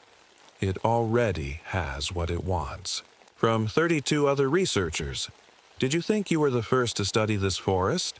That's when I realized what had been bothering me about the research station. It was too perfect, too well equipped for such a remote location. It hadn't been built for me. It had been maintained over decades, luring researcher after researcher to the same spot. "The cabin," I said. "It's a trap. It's always been a trap." Cooper nodded. "The forest is patient. It can wait decades between feedings. Your research station has served its purpose for over a century." "How many?" I whispered. "How many people before me?" 32 researchers, Cooper repeated. "Now they're all part of us. And tonight, during the dark of the moon, you will join them." As he spoke, the forest around us seemed to lean closer, the trees creaking as they bent inward. And in the distance, I heard the wolves beginning to howl. Cooper left us with one final warning. "Don't try to run. The forest knows every path. It can move faster than you think." As if to prove his point, we heard a crashing sound behind us. Turning, we saw a massive pine tree, one that had been at least 50 feet away, now standing directly on the path we'd just walked. Its roots were still settling into the dirt like huge fingers digging into soil. Davis grabbed my arm. "We need to go. Now." We ran, no longer following Elijah's map, just trying to find any way out. The forest seemed to fight us at every turn. Branches swung down to block our path.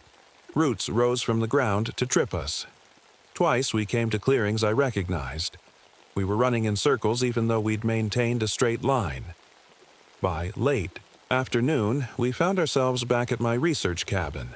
Exhausted and out of options, we barricaded ourselves inside. Davis nailed boards across the windows while I gathered anything that might be useful. Matches, knives, my research notes. "We need a plan," Davis said, pacing the small cabin. "The forest wants you alive, at least until tonight. That gives us some advantage." I nodded, but I was distracted by a strange sensation on my arm. Rolling up my sleeve, I discovered a small patch of skin near my wrist that looked wrong. It was darker, rougher, with a pattern that resembled pine bark. I covered it quickly before Davis could see, but my heart was pounding. Was I already changing? Becoming like Cooper? Outside, the wolves began to gather as the sun set. I counted at least 20 of them through a crack in the boarded window. Their eyes reflected the dying light, but the color was wrong, green instead of yellow. "They're not really wolves anymore," I said quietly. Davis nodded, checking his gun. "I've only got 6 bullets. Won't be enough if they all come at once." As darkness fell, the wolves formed a circle around the cabin. They didn't attack, didn't even approach, just sat, watching with those unnatural green eyes. "What are they waiting for?" Davis whispered. I checked my watch. Midnight, probably, the darkest part of the night. The hours crept by.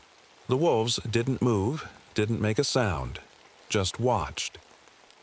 Around 10 o'clock, Davis suggested we take turns sleeping. He would take first watch.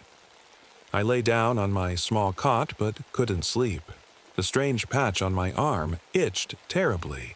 When I checked it again, using just the dim light of a candle, I saw it had grown larger, and there was another patch forming on my shoulder. "Davis," I called softly. "I think it's starting to happen to me, too." He came over and examined my arm, his face grim. "How do you feel?" "Normal, except—" I hesitated. "Except I can hear the trees outside. Not with my ears. In my head, like whispers."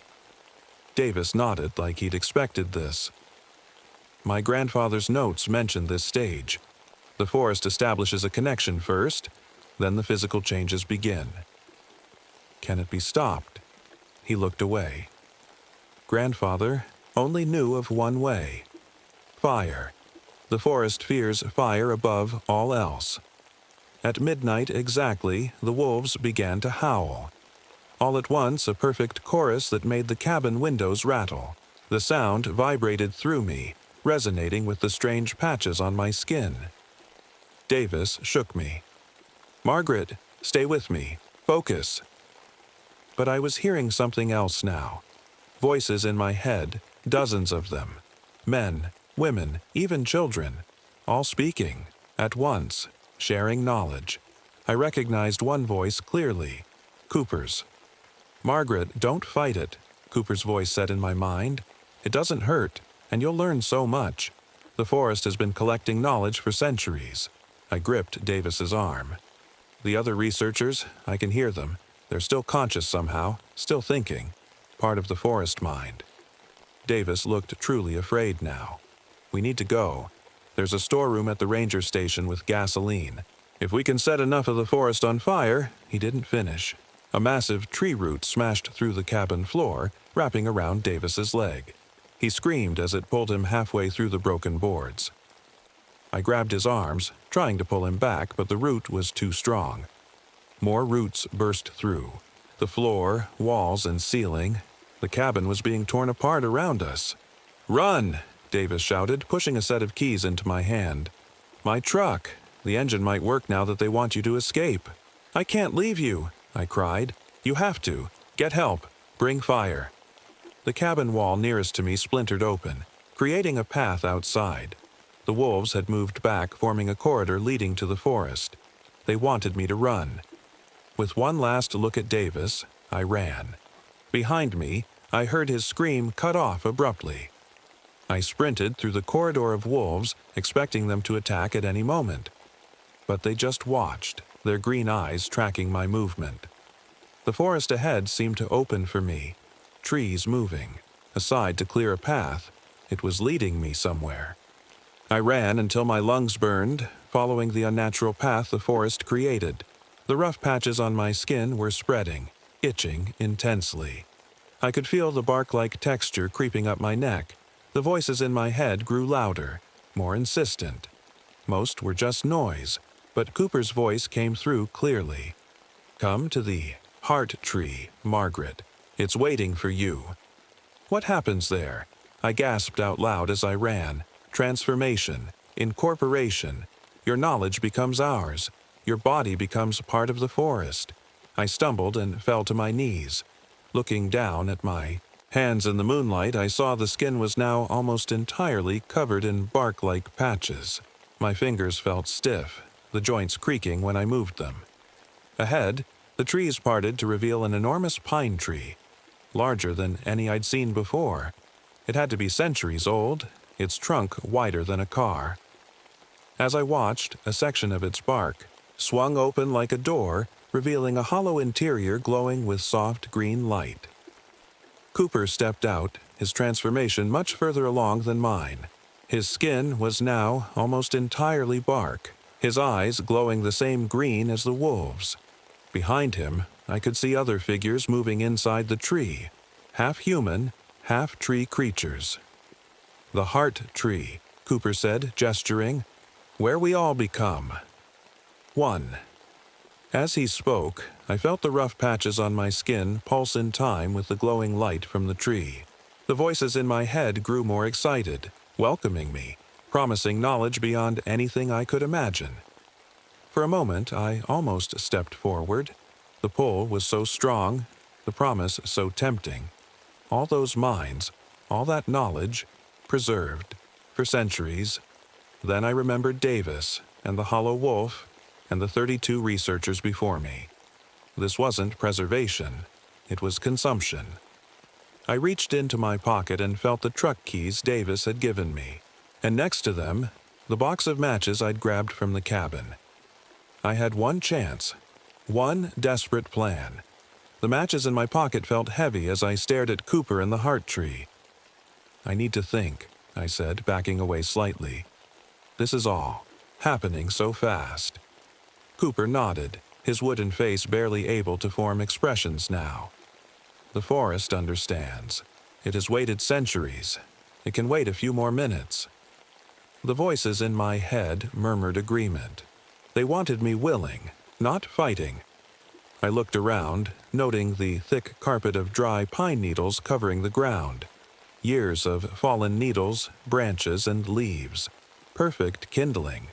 The oldest sections of forest like this one probably hadn't burned in centuries. "Can I see?" I asked, gesturing to the heart tree. "Just to understand what's going to happen." Cooper stepped aside, allowing me to approach the massive tree with its door-like opening. Inside, the hollow space glowed with that eerie green light. I could see shapes moving within. Not quite human anymore, but not fully trees either. In between things, trapped in eternal transformation. As I peered inside, I spotted something on the inner wall of the tree. Dozens of small book-sized rectangles embedded in the wood. Looking closer, I realized what they were. Journals. The journals of every researcher who had come before me, preserved like insects in amber. "We keep the knowledge," Cooper explained, seeing where I was looking. Everything they knew, everything they were. I stepped back, feeling sick. "And Davis, what happens to him?" "Already becoming part of us," Cooper said. "His knowledge of the forest, of ranger protocols, all valuable." The bark patches on my skin pulsed, growing larger. Soon, I wouldn't be able to fight it anymore.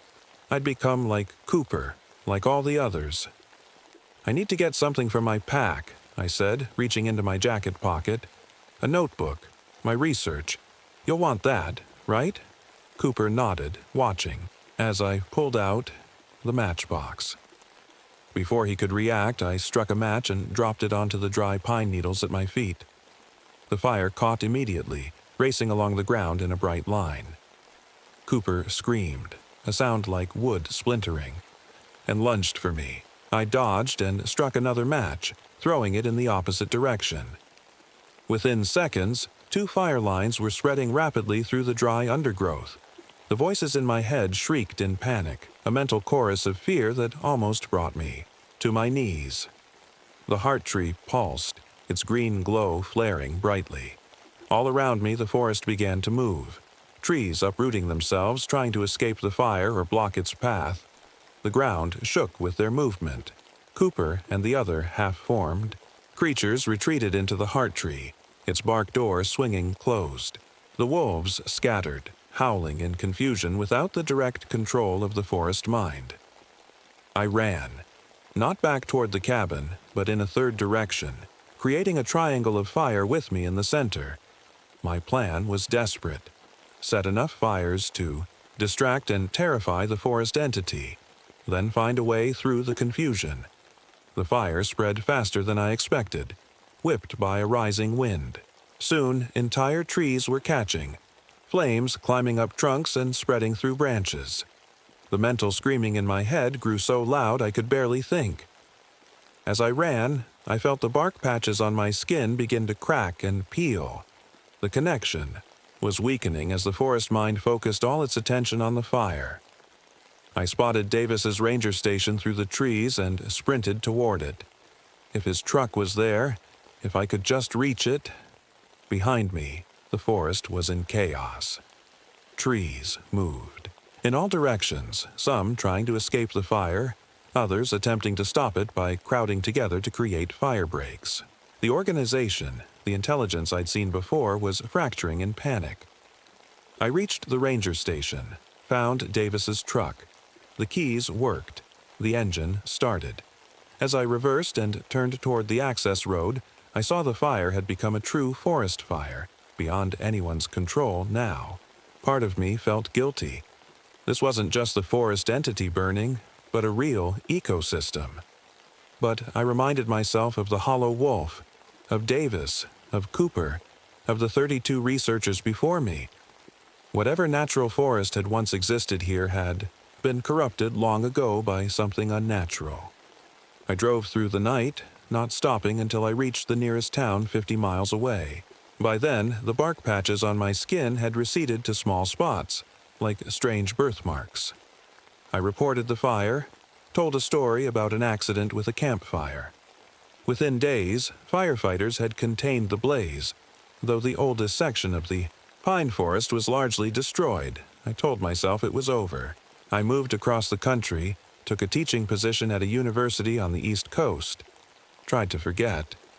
But some nights, I still hear the voices. Fainter now, distant, but still there in the back of my mind. Cooper, Davis, and others I never met, all calling to me, and the spots on my skin never fully disappeared. Sometimes I catch myself standing too still, listening to the trees outside my apartment.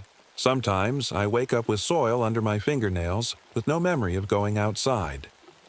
2 years after leaving California, I found pine seedlings growing in my garden.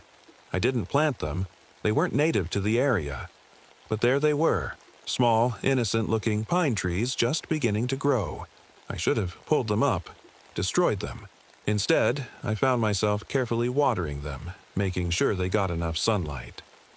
5 years later, I accepted a position as a park naturalist, leading educational tours in a national forest. It wasn't a conscious decision. It just felt right, being among trees again, sharing knowledge about ecosystems, about conservation, about forests. Sometimes I take researchers into the woods, bright, curious scientists wanting to study the unique properties of the old growth sections. I know all the best spots, the most interesting phenomena to show them. There's one section I'm particularly fond of, a stand of pine trees that shouldn't be growing in this climate, yet thrive nonetheless. The trees formed a perfect circle years ago, though I'm the only one who seems to notice the pattern. I bring my special researchers there on nights with no moon.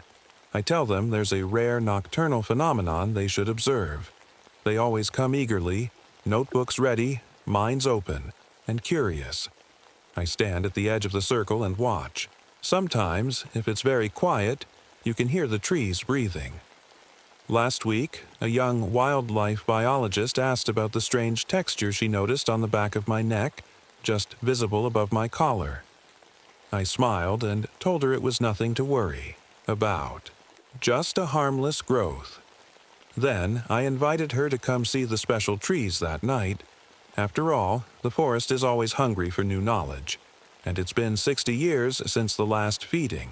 The hollow pines are patient, and now, so am I.